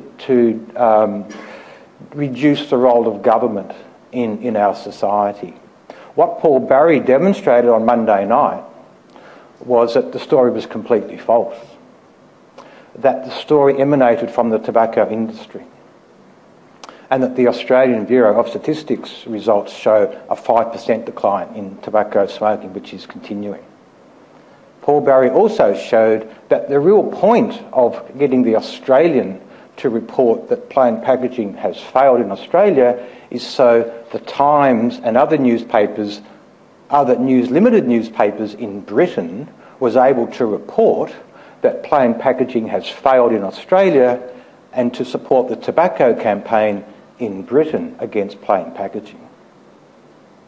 So we're up against people who are determined to tell the world that prevention doesn't work, even when it does.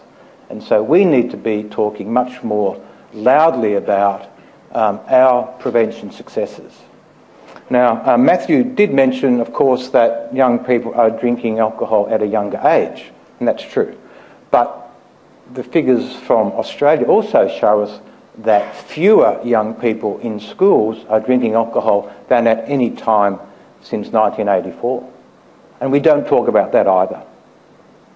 And the same goes for cannabis use. Cannabis use among school students peaked in 1998.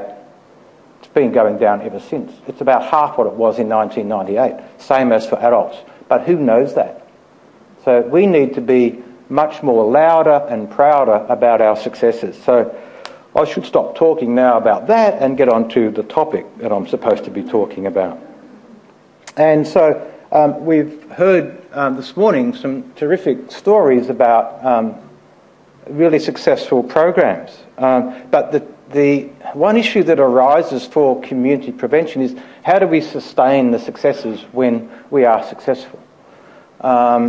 And we can't always expect communities are going to find the resources to keep going. We hope they will, and it's the role of the Australian Drug Foundation and other organisations to provide that support. But one way of sustaining achievements, of course, is to use legislation to do so. And that can entrench the gains of health promotion in legislation. And it draws on what Rousseau called the general will of the society. The general will of society can overcome the narrow vested interests represented by industries like tobacco and alcohol and other narrow views. So my topic concerns using legislation to sustain change. And one of the earlier speakers, and I've forgotten which one, I think it might have been Robin, who talked about cultural change. Achieving cultural change is what we want because cultural change is sustainable and long-term. The task is how do we do it? So we can use legislation because laws and regulations help to create norms of behaviour by setting a standard that requires people to live up to it. We require people to behave in accordance with the law or else face a penalty. Community pressure is important in that regard because politicians are normally reluctant to make new laws unless they know they have the support of the public. And that's where, again, the community can play a role in providing that pressure. I want to point to some examples of legislation. A good deal of our public health progress on alcohol is related or is grounded in legislation, and we can count the ways. Firstly, we have to be 18 years of age to purchase alcohol. And we cannot purchase alcohol with the intention of providing it to a younger person. Even parents cannot walk into a bottle shop with their underage child, purchase alcohol and give it to them in that bottle shop. That is illegal. The secondary supply legislation that is now in most states of Australia means that we cannot supply alcohol to a young person unless we've got the approval of the young person's parent or guardian. And in the Northern Territory, Queensland, Tasmania, there are additional conditions so that even when we have the approval of a parent, we have to ensure that provision of alcohol is done in a responsible way. Of course, we cannot drive a motor car with a specified amount of alcohol in our bloodstream. And there are laws and regulations regarding when alcohol can be sold by licensed premises. So we might take all of that for granted, but we perhaps should remember too that those laws were passed within living memory. I want to refer you to a parliamentary committee way back in Victoria, way back in 1969, which recommended that all motor cars should be fitted with seat belts. I don't think anyone here would want to climb into a motor car today without a seat belt, but in 1969 it was quite normal. The Premier of Victoria opposed that recommendation in 1969 as an infringement of personal liberty. He could be writing editorials for The Australian today. That same Premier had a minister in 1961 who introduced legislation for police to breath test motor car drivers in the case of motor accidents where the police thought that alcohol might be a factor in the accident. That breath test idea was opposed by the Australian Labor Party and the legal profession in Victoria. Both the Law Institute and the Bar Council opposed the notion that police might breath test drivers in accidents. So it isn't easy to change legislation, but when it is done, we wonder why it took so long. I do want to emphasise, of course, that there's a symbiotic relationship between taking community action and legislation. We've heard today Robin talking about good sports as an excellent example of community action which has reduced alcohol misuse. But behind it is a legislative requirement about the responsible service of alcohol that prohibits licensed venues like sporting clubs serving people who are intoxicated and serving young people. And of course the law against drink driving supports that as well. So that legislation sets the standard and sets expectations from community members that clubs will be good citizens. So we should not forget opportunities to lobby for laws that support a new culture around drinking. These laws were not handed to us by Moses on the mountaintop. They were fought for by people. They were fought for by people in communities. They were fought for by professional people and often by groups acting together. In Victoria in recent years, we've seen a law introduced to protect young people from alcohol-related harm due to the single-minded campaign of one community member. And that person was Bruce Clark, a dad from Melbourne who was incensed when his son died after being given a massive amount of alcohol by a person he had never met and a person who his son Lee had probably never met before either.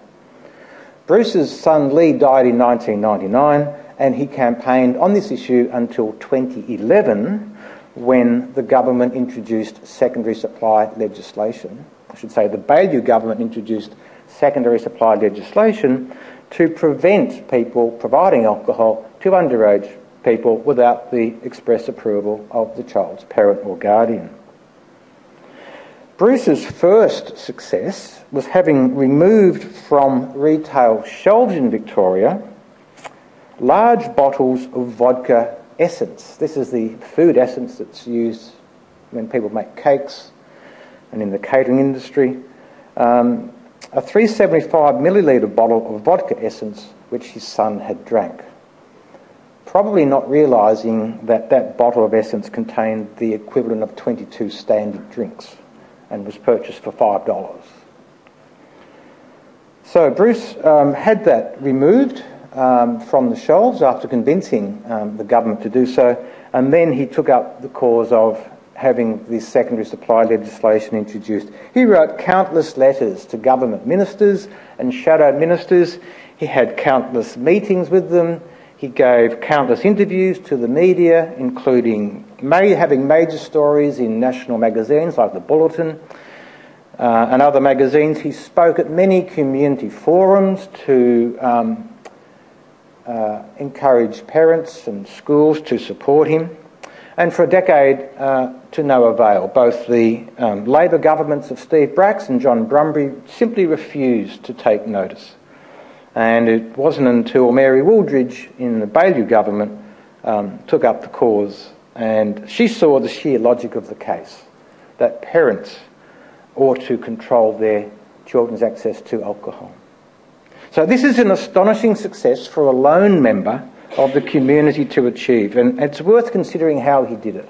How did he construct the case to result in politicians who would prefer not to pass laws to do so?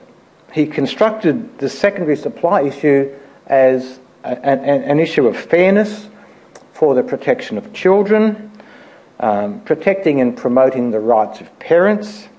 He was able to draw on alcohol research that showed that drinking was hazardous for young people, and advice of the National Health and Medical Research Council that it would be best if young people under 18 drank no alcohol at all. And of course, lastly, it was an issue of health and safety. In the present political climate, this might seem problematic. That is, the notion of advocating for legislation might seem problematic because it runs counter to the trend in politics to reduce the size of government. This neoliberal approach makes it difficult to deal with population-level alcohol problems by altering state policies and regulations. However, in this new environment, the community emerges as the natural vehicle for taking action against alcohol problems. This is the strength and the weakness of community action. On the one hand, as government retreats from responsibility, the community can step into the breach to defend the health and well-being of its members. But community action can be less potent than political action. However, one of the positive elements about community action is that it does remain outside the control of government. ultimately the community is in charge of its own actions as well as politics. And that is what Sophie Mirabella discovered when a grassroots campaign in her safe Conservative seat undermined her hold. So I think a lesson for health promoters is to consider whether in their work there is a role for advocacy for a change to the law, as it was for Bruce. It may only be part of a campaign, but the advantage of calling for a change to legislation is that it provides a clear focus for the issue, and everyone can see exactly what the aim is and how to achieve it. How am I going for time, Julie? How long? 5? Okay.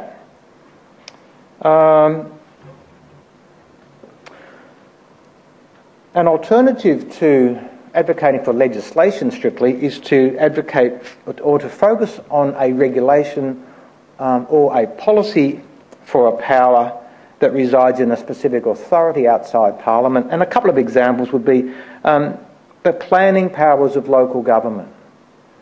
Local government has the capacity to, for example, reject applications for liquor licences based on its planning powers.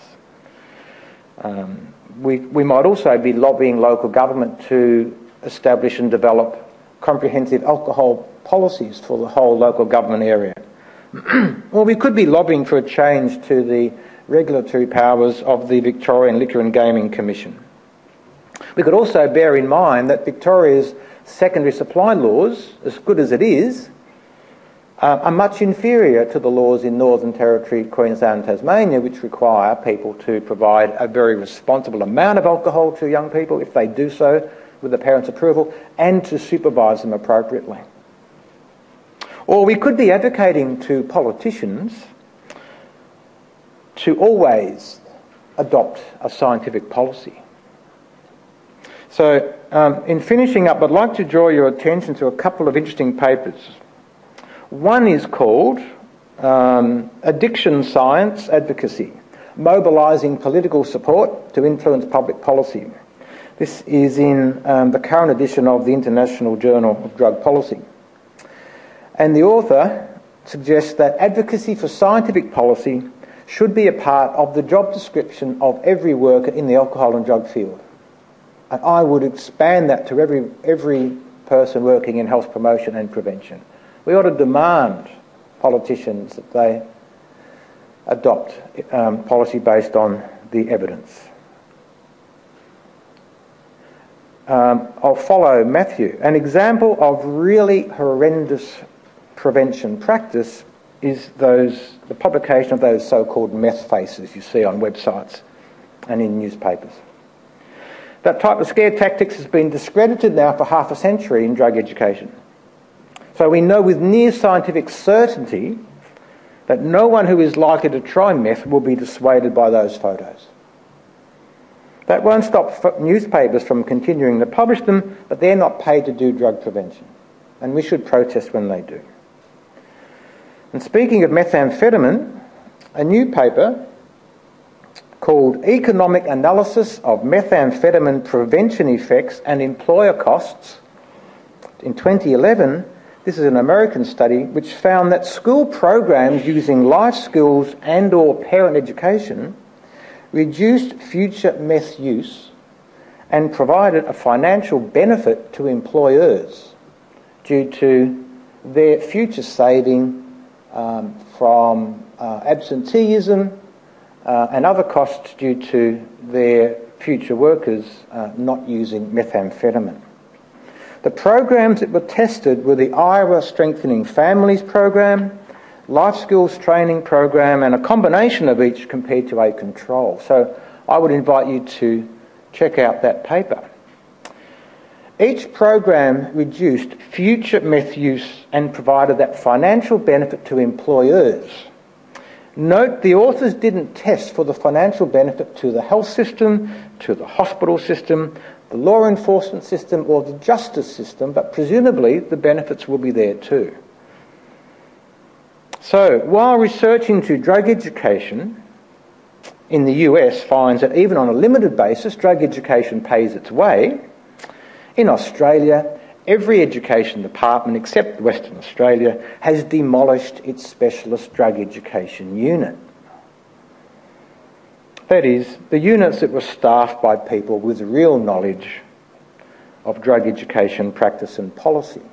In Victoria, for example, the Department of Education spent $17 million on drug education between 1996 and 2001, and a further $3.8 million on professional development for teachers. Between 2001 and 2003. In 2003, the Auditor General's report in Victoria recommended that the Education Department establish strategies to sustain drug education in the system. Obviously, the system has not been sustained, and we should ask the question, why did we let that happen? And just finally, you probably didn't read the Financial Review yesterday. I don't normally, but I happened to come across an article in it. And we have allies at the highest level, and we need to make better use of them.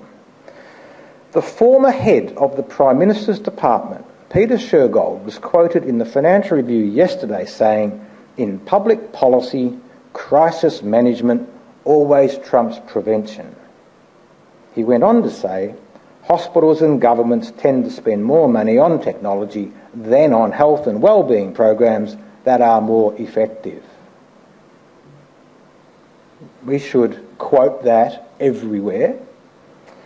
Kate Carnell, who is now head of the Chamber of Commerce and a former Minister for Health in the ACT, as well as being the former Chief Minister in the ACT, said, "We should look at spending less on hospitals and pharmaceutical benefits and more on primary health care and prevention." We should be quoting Kate Carnell wherever we go. So, we do have friends at the top, and maybe we are not giving them enough support.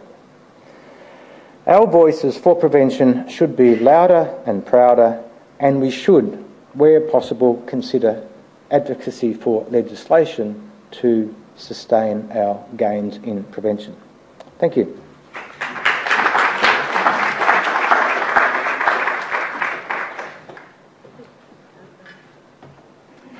Is there any quick questions that we have for Jeff? Seeing that we are going to move into the panel, you might want to wait then, but is there anything from the web? Okay, Jeff, if you'd like to take a seat, and then if I could call the others up to the stand, that would be the stage, I should say. Please.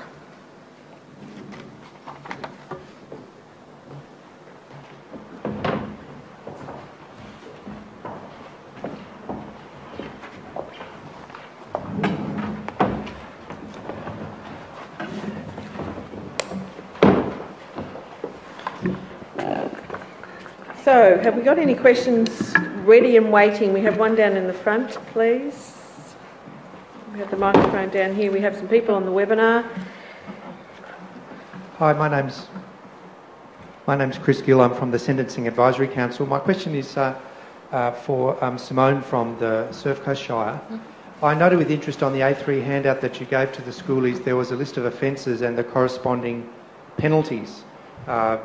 Open container of alcohol in public, carrying a weapon and so on. Do you have any insights or feedback as to how effective that list of offences and penalties has been in changing the behaviour of the people who saw it? Sure. I'll just give you a little bit of background about that document. That isn't a Surf Coast only initiative. It was done as a part of the local government across Victoria, I think, in partnership with Victoria Police. So it's called the So You Know poster, and we've kept it going. We actually have that poster available for the whole of summer. We have made requests to Victoria Police to find out during the school leaves period what their arrests were and what their pattern of arrests were, and it would be nice to be able to correlate to that form, but the information hasn't been made available to us, so that data is not available to us. Also, I guess, from a practical point of view, where that poster, we do see that poster is working well, is we do a brochure leading into summer for our residents, and that information forms the back page of that. I think our residents want to know that if the school is coming to the region and muck up, they want to know that there's a consequence.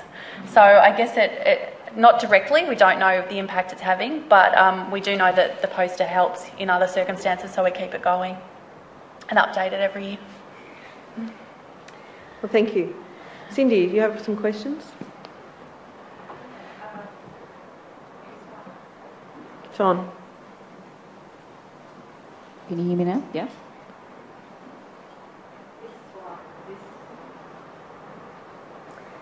This is called the technological issue. Got it now. This one's from Saman Kumar, who's from the Central Australian Aboriginal Media Association in Alice Springs.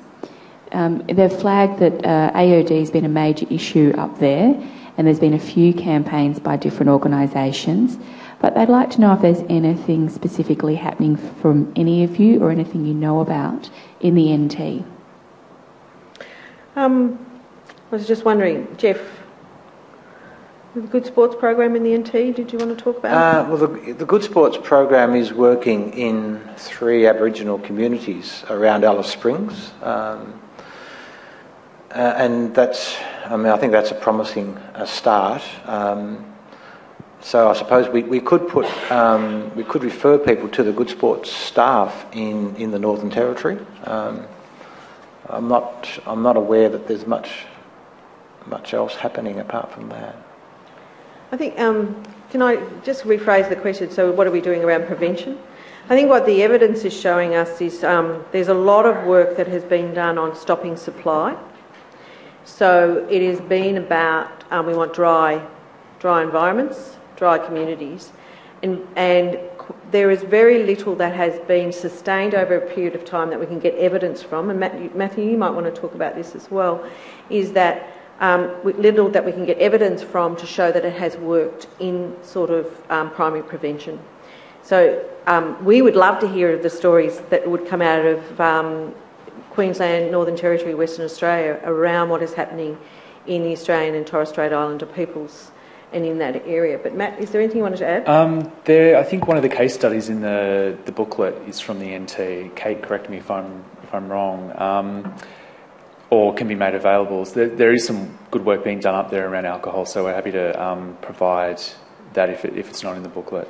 The good people at the National Drug Research Institute do a lot of work. They're in Perth. They do a lot of work up in the NT around prevention. But as Julie was saying, what's been done hasn't been sustained. So the increase in the tax on alcohol that was done, I can't remember the year that it was done, but then when it was taken away, the evidence shows that actually was working. They were increasing the tax on alcohol, and that was going into prevention efforts, and it was shown that there was a decrease in consumption because of that, and because of the challenges to that tax that came about in the roundabout way that it did. It was abolished and use went up. So, yeah. Just one thought, Julie. Matthew mentioned NDRI in Perth. Richard Midford is one of Australia's leading prevention researchers, and he's now spending half his time in Darwin, at the university in Darwin. So he would be a good person for people to talk to about prevention in the Northern Territory, because he's doing research. There has been a lot of work done, but as I said, most of it has been in stopping supply and restricting supply, not on other prevention programs. But and I know there are a lot out there that just haven't necessarily been measured or researched yet. And any other questions? There's a gentleman here. Cindy. Oh, okay. Thank you. My name's Graham Rhodes. I'm a counsellor and I do some work at Sunshine Visi Hub. Questions for Dr. Dunn. The WARP program, is it going to be extended beyond its current funding? And if so, is there going to be a longitude study undertaken? I hope so, and I hope so. So the funding did come from, it wasn't government funding or anything like that to get this up and running. So it was, I guess, community funding that came together to set this up. The idea, I think they are running it for a second year, but after that, they're not too sure. So part of us coming in right from the beginning was to evaluate it so that we could get that evidence base for it and hopefully get continued funding for it. So their aim is to continue it, to keep rolling it out every year. Thank you. Cindy, there's more questions from the webinar. Happy for me to jump in. There's probably comments just going back to the Northern Territory question. One is that I've come through online that Bernie Murphy at Deakin University is doing quite a bit of work in the NT. And there's also a question from Leanne Miller that asks if the Living with Alcohol program is still operating in the NT. So, is that Bernie that's typing that in? Bernie is my colleague who was one of the co-authors of the document. He's currently in the NT at the moment. I'm not 100%, if that question was aimed to me, not 100% sure about the programs that are operating up there, so I'm not sure what is happening. But Bernie Murphy does do a lot of work up there, and I'm sure that if you wanted to know about specific programs or projects, that if you wanted to email me, I can email Bernie and find out. Okay, this gentleman here. Thank you. My name's Robert Allen, and I'm with the Community Road Safety Council based in North Eastern region around the Wangaratta, Wodonga, Shepparton area. Can we get the volume up just a bit? I can hardly hear the gentleman Hold it a bit speaking. closer. Our program is about road safety, but becoming more involved with alcohol and other drugs. Today I've heard a lot about alcohol, and we seem to be well on the track to preventing alcohol. The big issue in our area, and I presume it's happening all over Victoria, is other drugs, in particular ice.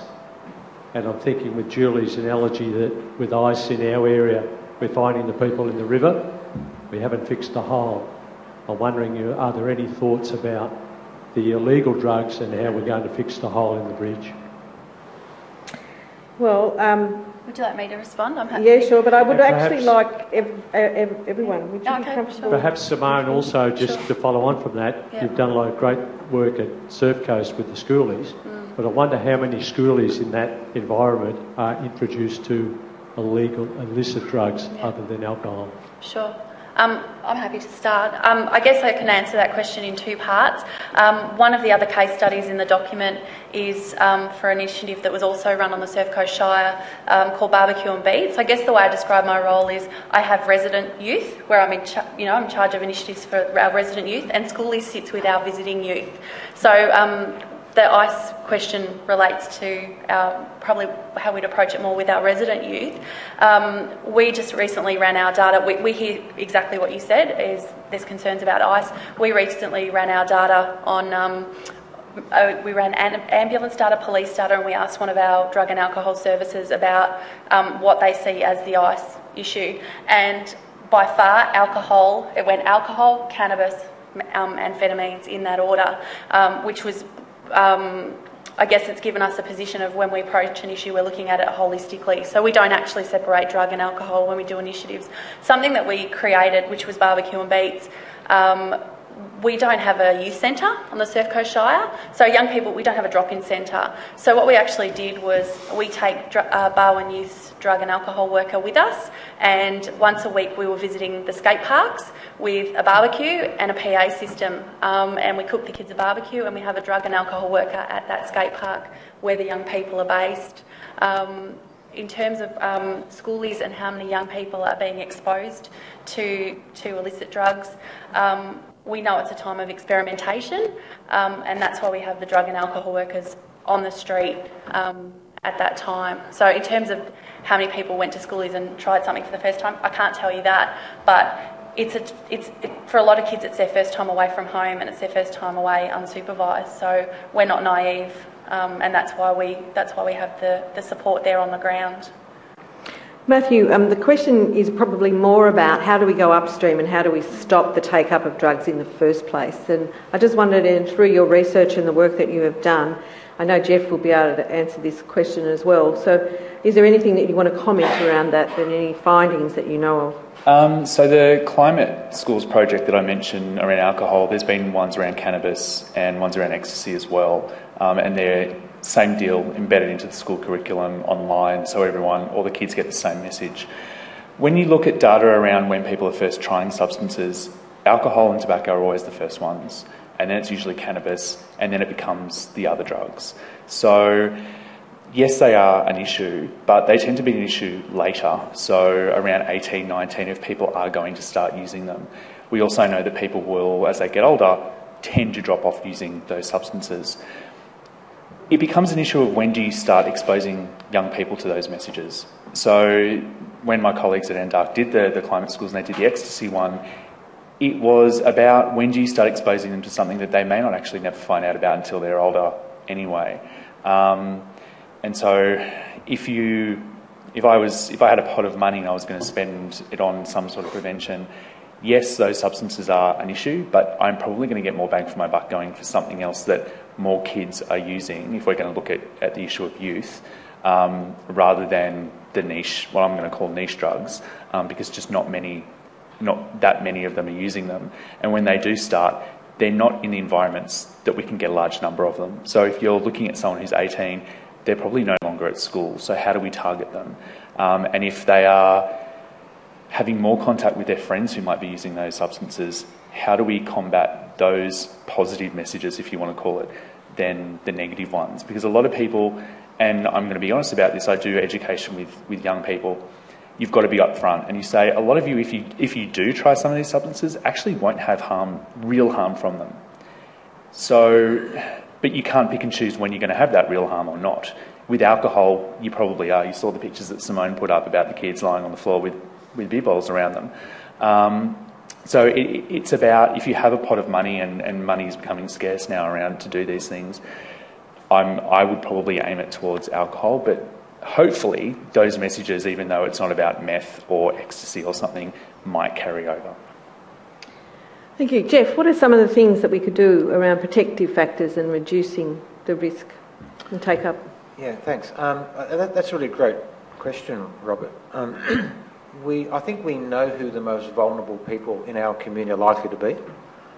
They're likely to be young people who are dropping out of school, who don't like school, who are living in dysfunctional families, people who are subject to neglect and abuse.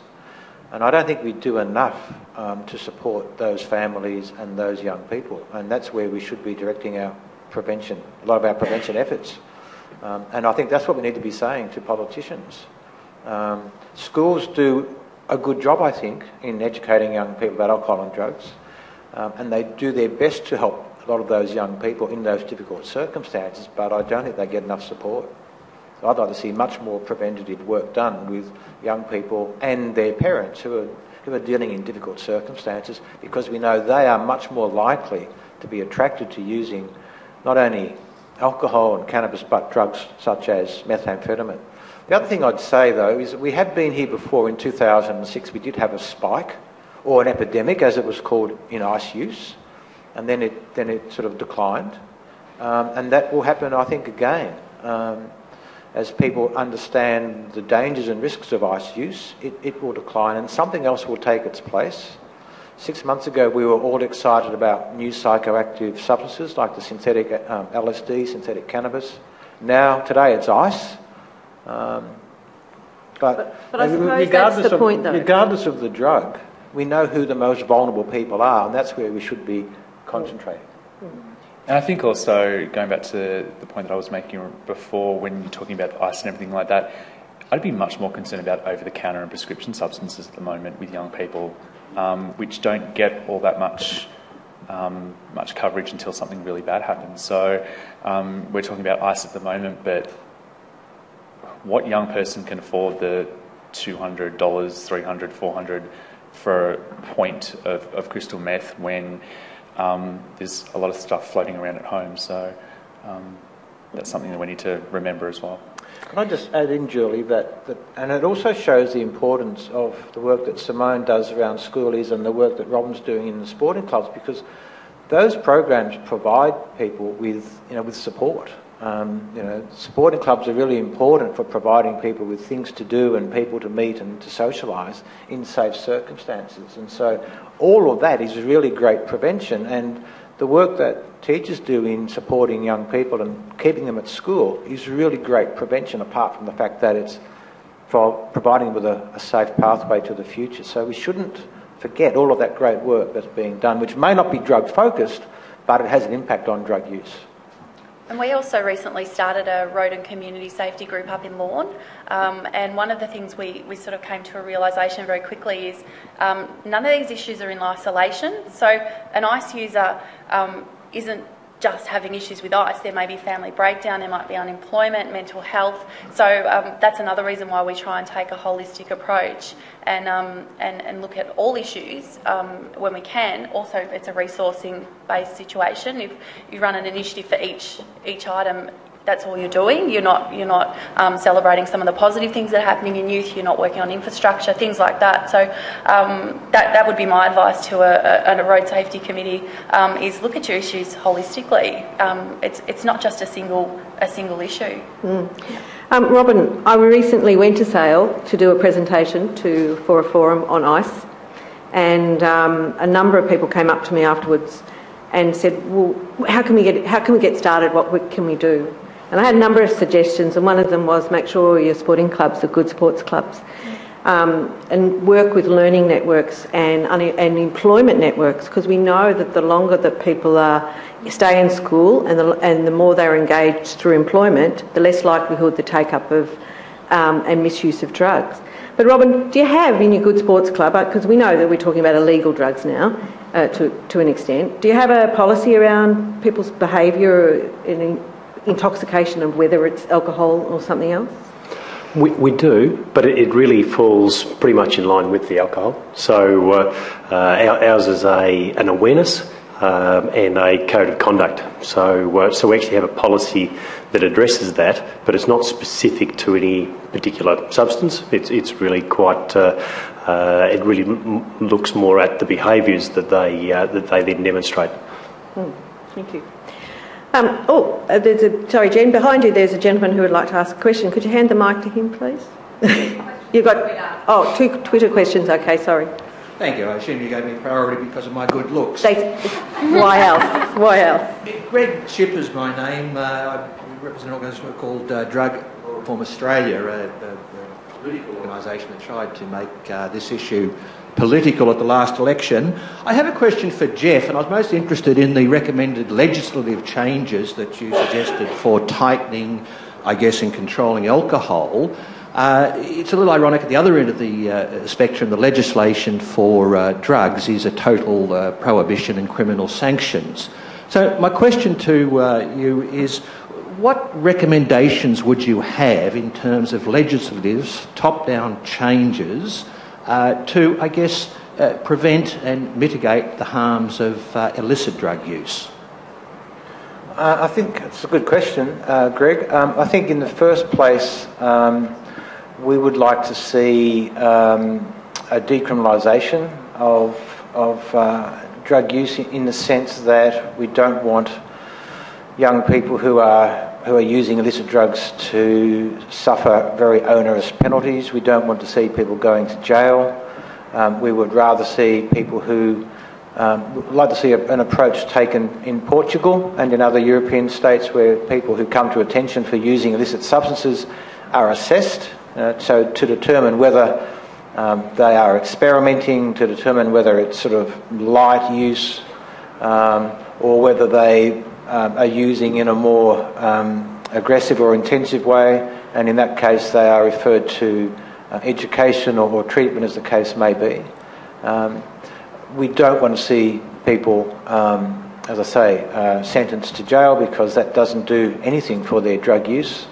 And we would like to see some more harm reduction measures taken, so that people have access to clean needles and other injecting paraphernalia, and we'd certainly like to see that in prisons to protect the health and well-being of both prisoners and prison staff. So I think there's a great deal we can do to reduce the impact of illicit drug use in a legislative sense.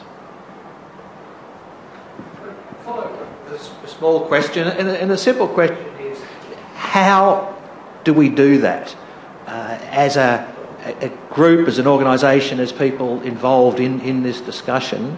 For example, the medical marijuana issue, I'm sure people have watched the current media on that, and although admittedly polls on the internet and television have indicated that a 90% support of medical marijuana in some circumstances, It's been ignored by government.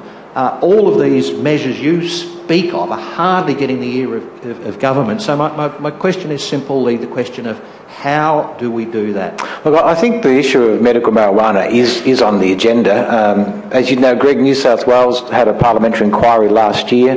The committee recommended that New South Wales allow for medical use of marijuana, and the government rejected it, but it's clearly on the agenda.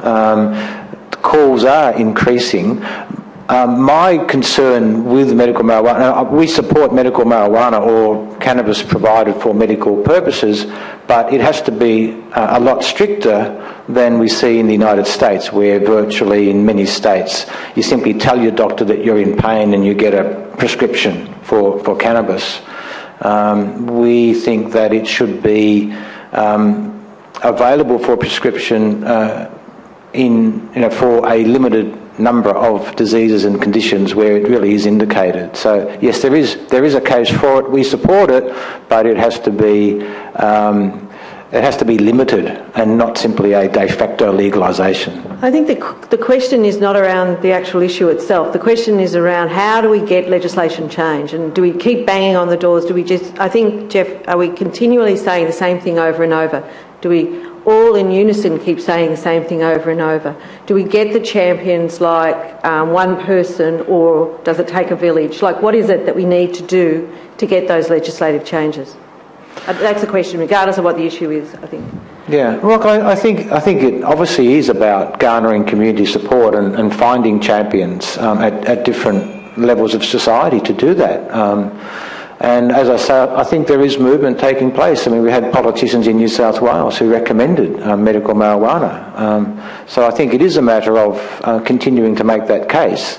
But I'm really concerned that it's not used as a de facto legalisation. Because if we're going to legalise it, then do it openly and have that debate. Because I think legalising it is a different issue than seeing it as a medicine. I mean, we provide morphine and heroin to people as a medicine, but that doesn't mean we want to provide it to everyone on demand. So I think we need to be really careful about what we want, and that's a debate I imagine we could have, Greg.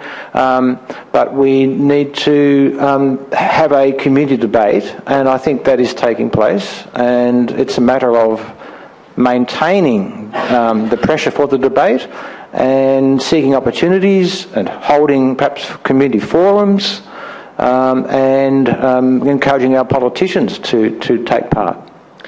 I actually, if I could put 10 cents into this, is I also think that a lot of us in the prevention space and in the health space are always having different messages, and that we need to come together around those messages at time. We're all collaborators and competitors on various different levels, whether it's for funding and those sorts of things. I call it co-opetition, that we need to sort of cooperate, but because we also need to show that we're doing worth and we're giving worth for the dollars that we're getting as a not-for-profit or a government agency or whatever it may be. And so we need to come together and say these are the key messages we're going to fight with over the next 5 years, and it doesn't matter how you do it, but these are the key messages. Let's not get off topic, because I think we've got to keep bombarding. We've got to keep doing that. We've got to use the Kate Carnells and the Sheargolds and all those sorts of things and to help us get those messages out. And I think it's really important. But the trouble is sometimes we become very diffuse. You know, we're fighting on the front of alcohol taxation and, you know, availability and packaging and labelling, and then all of a sudden age 21 comes out, you know, and does that take oxygen away from the things that we're doing? And I'm not disparaging that, but did you see what I mean? That we're constantly bombarding with messages and we're not concentrating together as one to make those messages very clear. That's my opinion. Sorry, Julie, I really want to say this too, that there is a danger for us here, and I think you've identified it. On the one hand, we're talking about reducing access of alcohol to young people and adults. On the other hand, this would look like we're saying, well, let's expand the access of cannabis to people. So that looks like a contradiction unless we're very, very careful about how it's constructed. Imagine what a Tony Abbott would do as opposition leader to a government that proposed that. It would look contradictory, it would look absurd. So we need to be very careful if we do make a case for the medical use of marijuana, exactly what it's on about, that it is for medical purposes in limited number of cases, not for everyone. I think we could actually have a whole 3 hours on this one topic alone, and I do apologise and happy to talk some more after this, but we will need to move on, and we have some wonderful people from the Twitterverse, who have tweeted. So I've got a couple of questions. The first one's from Debbie, which is a pretty practical question. How young is too young to speak to children about drug and alcohol harms? I could answer that, but... No, you can answer that. No, you go for it. You're... Well, I don't think it's any age is too young, because young people are given a range of substances by their parents, pharmaceuticals, and young people see their parents drinking, or they see other people smoking. So I think as soon as young people are aware of those issues, it would be appropriate for parents to talk about what is happening, what is the appropriate use of medicine, why we're careful with it, and why other people are drinking alcohol and smoking, and what the dangers are, and why it's really important to be careful. But we do know that parents are very influential on young people. Although parents may not believe it, their children do listen to them very carefully about that. And so if parents don't want their kids drinking or smoking, they should let them know that, and by and large their children will respond. Doesn't mean they won't do it, but they'll do it much less if they do it. It needs to be age appropriate, of course. That goes without saying, that you're not going to necessarily talk about heroin use when they're 5, those sorts of things. But you will have opportunities where you see drunk people in movies and drunk people in the street, or something's happening, or something headline that you might want to then use that as a conversation about what do they think that the child is doing. You know, what is they think that person's doing. So there's a number of things. It's never too early to start. Penny, you've got someone over there who'd like to ask a question. My name's Nick. I just wanted to... Sorry, I can talk really loud. Oh, like that? It's direction. I feel like a rapper or something. I wanted to ask a question about the language that's used and how that sort of creates a picture of how to approach these things in people's head. Because I've noticed that a lot of the time use of illicit substances and abuse of illicit substances are considered the same thing. Any use is considered abuse, and you can see this in the recent Victorian government document in Minister Wooldridge's foreword. She specifically said that responsible use of alcohol is, can happen and is a good thing in society, but she equated use and abuse of all illicit drugs, and this is hundreds of substances that don't necessarily have the have that sort of evidence that it's always going to be an abusive relationship. And I also see this kind of language sometimes from people working in the alcohol and other drugs industry, but sometimes not. It seems like there's like harm reduction can sometimes mean abstinence, and harm reduction can sometimes mean we're trying to get you to have a responsible relationship with substances. So my question is just around that. What are your thoughts on use and abuse and the equating of these, especially for illicit substances?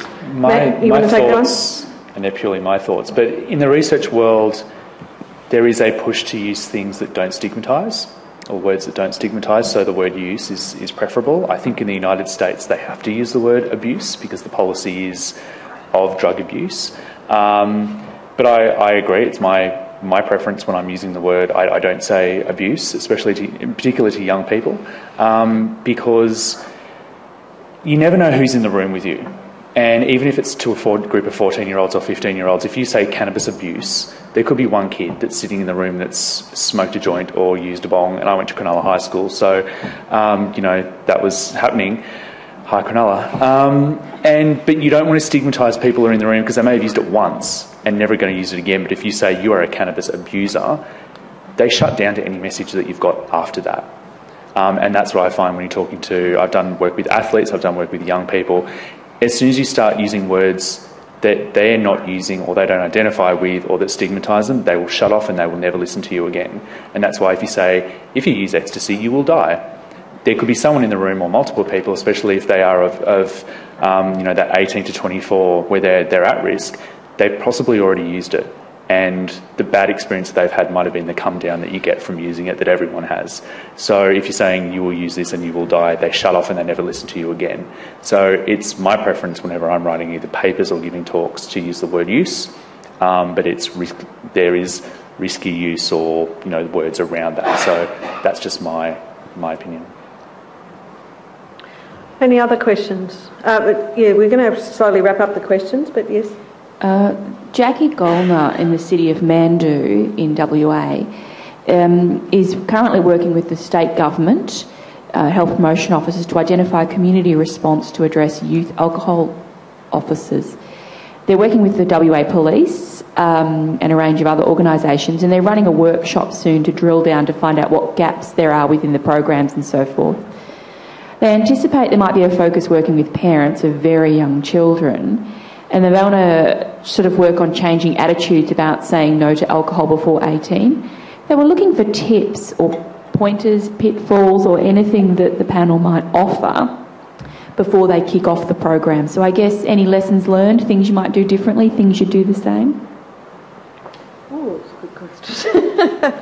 I'm not a parent, so I have no idea. That's a good question. Robin, would you do things differently? Not a lot differently, no. The Good Sports program for us provided a very good framework, and it provided a clearly understandable framework that we could deal with immediately. So for us, no, we wouldn't do it a lot differently because the program's been very well thought out, and we found that if one size doesn't exactly fit all, it certainly fitted well enough to get us down the journey, and then people start to make their own fine adjustments after that.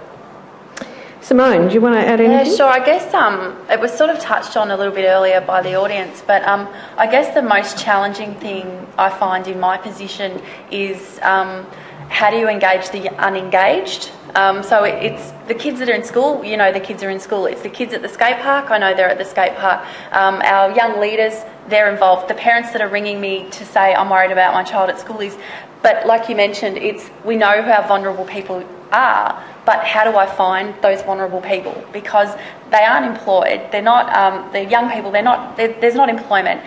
We have challenges with public transport in the Surf Coast. So even if they wanted to come and find me or one of my colleagues, it's near impossible. So it's sort of that population, the unidentifiable population, or the population we want to engage with, but it's really, really hard. Yeah, so that would be, it's great to have a parents forum, but we feel we're going to get the engaged parents, the parents that are probably already aware, they're educated, they're, in the area, they're educated in the area because they've identified it as something they're worried about. It's that next step, I find, is the most challenging part of my job. And when I solve it, I'll let you know if I ever do. I think it's a great question, but I think Simone's already given the best answer, and we should be focusing on what we'll do differently now, and that is to find ways of engaging with those more vulnerable people. But also, I'd come back to what I said earlier, we need to be promoting our successes in a much tougher-minded way and arguing for evidence-based practice and policy. Thank you. Well, on that note, we could be here talking about this, and in terms of prevention, our prevention series, we always feel at the end of it that half a day or a couple of hours is never enough. We only just get our appetites wet. And based on that you can download the document, plus also get hard copies of the prevention research paper that has been written by Matt and Jeff and a number of others. That is available for you. For those who are online and for those who are physically here today, there is a feedback form. We'd love to hear your feedback. We'd love to hear what topics you would like to see. We'd like to hear your comments. We would also love to hear your stories. And we at the Australian Drug Foundation do a lot of work around talking about community development and what's happening out there in the community. If it's around alcohol, we'd love you to write an article for our Grog Watch newsletter, which comes out weekly. If it's around other drugs and those sorts of things, we'd love to hear it for our Drug Info newsletter that comes out weekly as well. So please don't hesitate to contact any of us to tell us your story. As Jeff says, we need to know more about it. And Matt would attest that when we were looking for case studies and things like that, it's not easy to get them all because there's no one repository of all the great things that are happening out there. But we do know things are happening.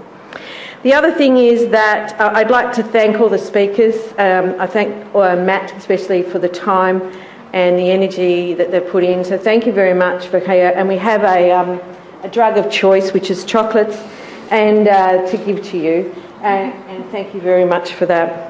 We also like to thank Kate and the team at the Australian Drug Foundation, Cindy and Penny and Anna and I'm going to forget someone, and Petra and Alison and Jen and everyone and myself. Thank you all for the work that you have done in today. I also would like to now put in a plug, and it relates back to the questions that have been had. We launched over a year ago a program called, or a product or a service called The Other Talk, where we're encouraging parents to talk to their children about alcohol and other drugs at any age. Why? We've already talked about this. The longer we can defer the take-up of alcohol and other drugs, the less likelihood of long and short-term harms that will be there. We know that, the evidence says that, and we know that parents influence their children. And we know that parents are the biggest providers of alcohol to their children, some even illicit drugs. We have now produced, in partnership and funded by ExxonMobil, The Other Talk, which is a booklet here, which is taking all the things that we have learned and all the things that we have developed. All of the work we have done has been in consultation with parents groups across New South Wales and Victoria. We urge you to have a look at it. You would have got one in your pack, but please let people know about this, because I think parents, schools and community are one of the ways that we can refix the bridge and stop people from falling into that river. I think it's really important. To all the people online, as far away as who's been in every state of Australia and as far away as New Zealand, thank you very much for your contributions. Thanks for being part of today. I wish you all safe and happy travels, and thank you for being here. Goodbye.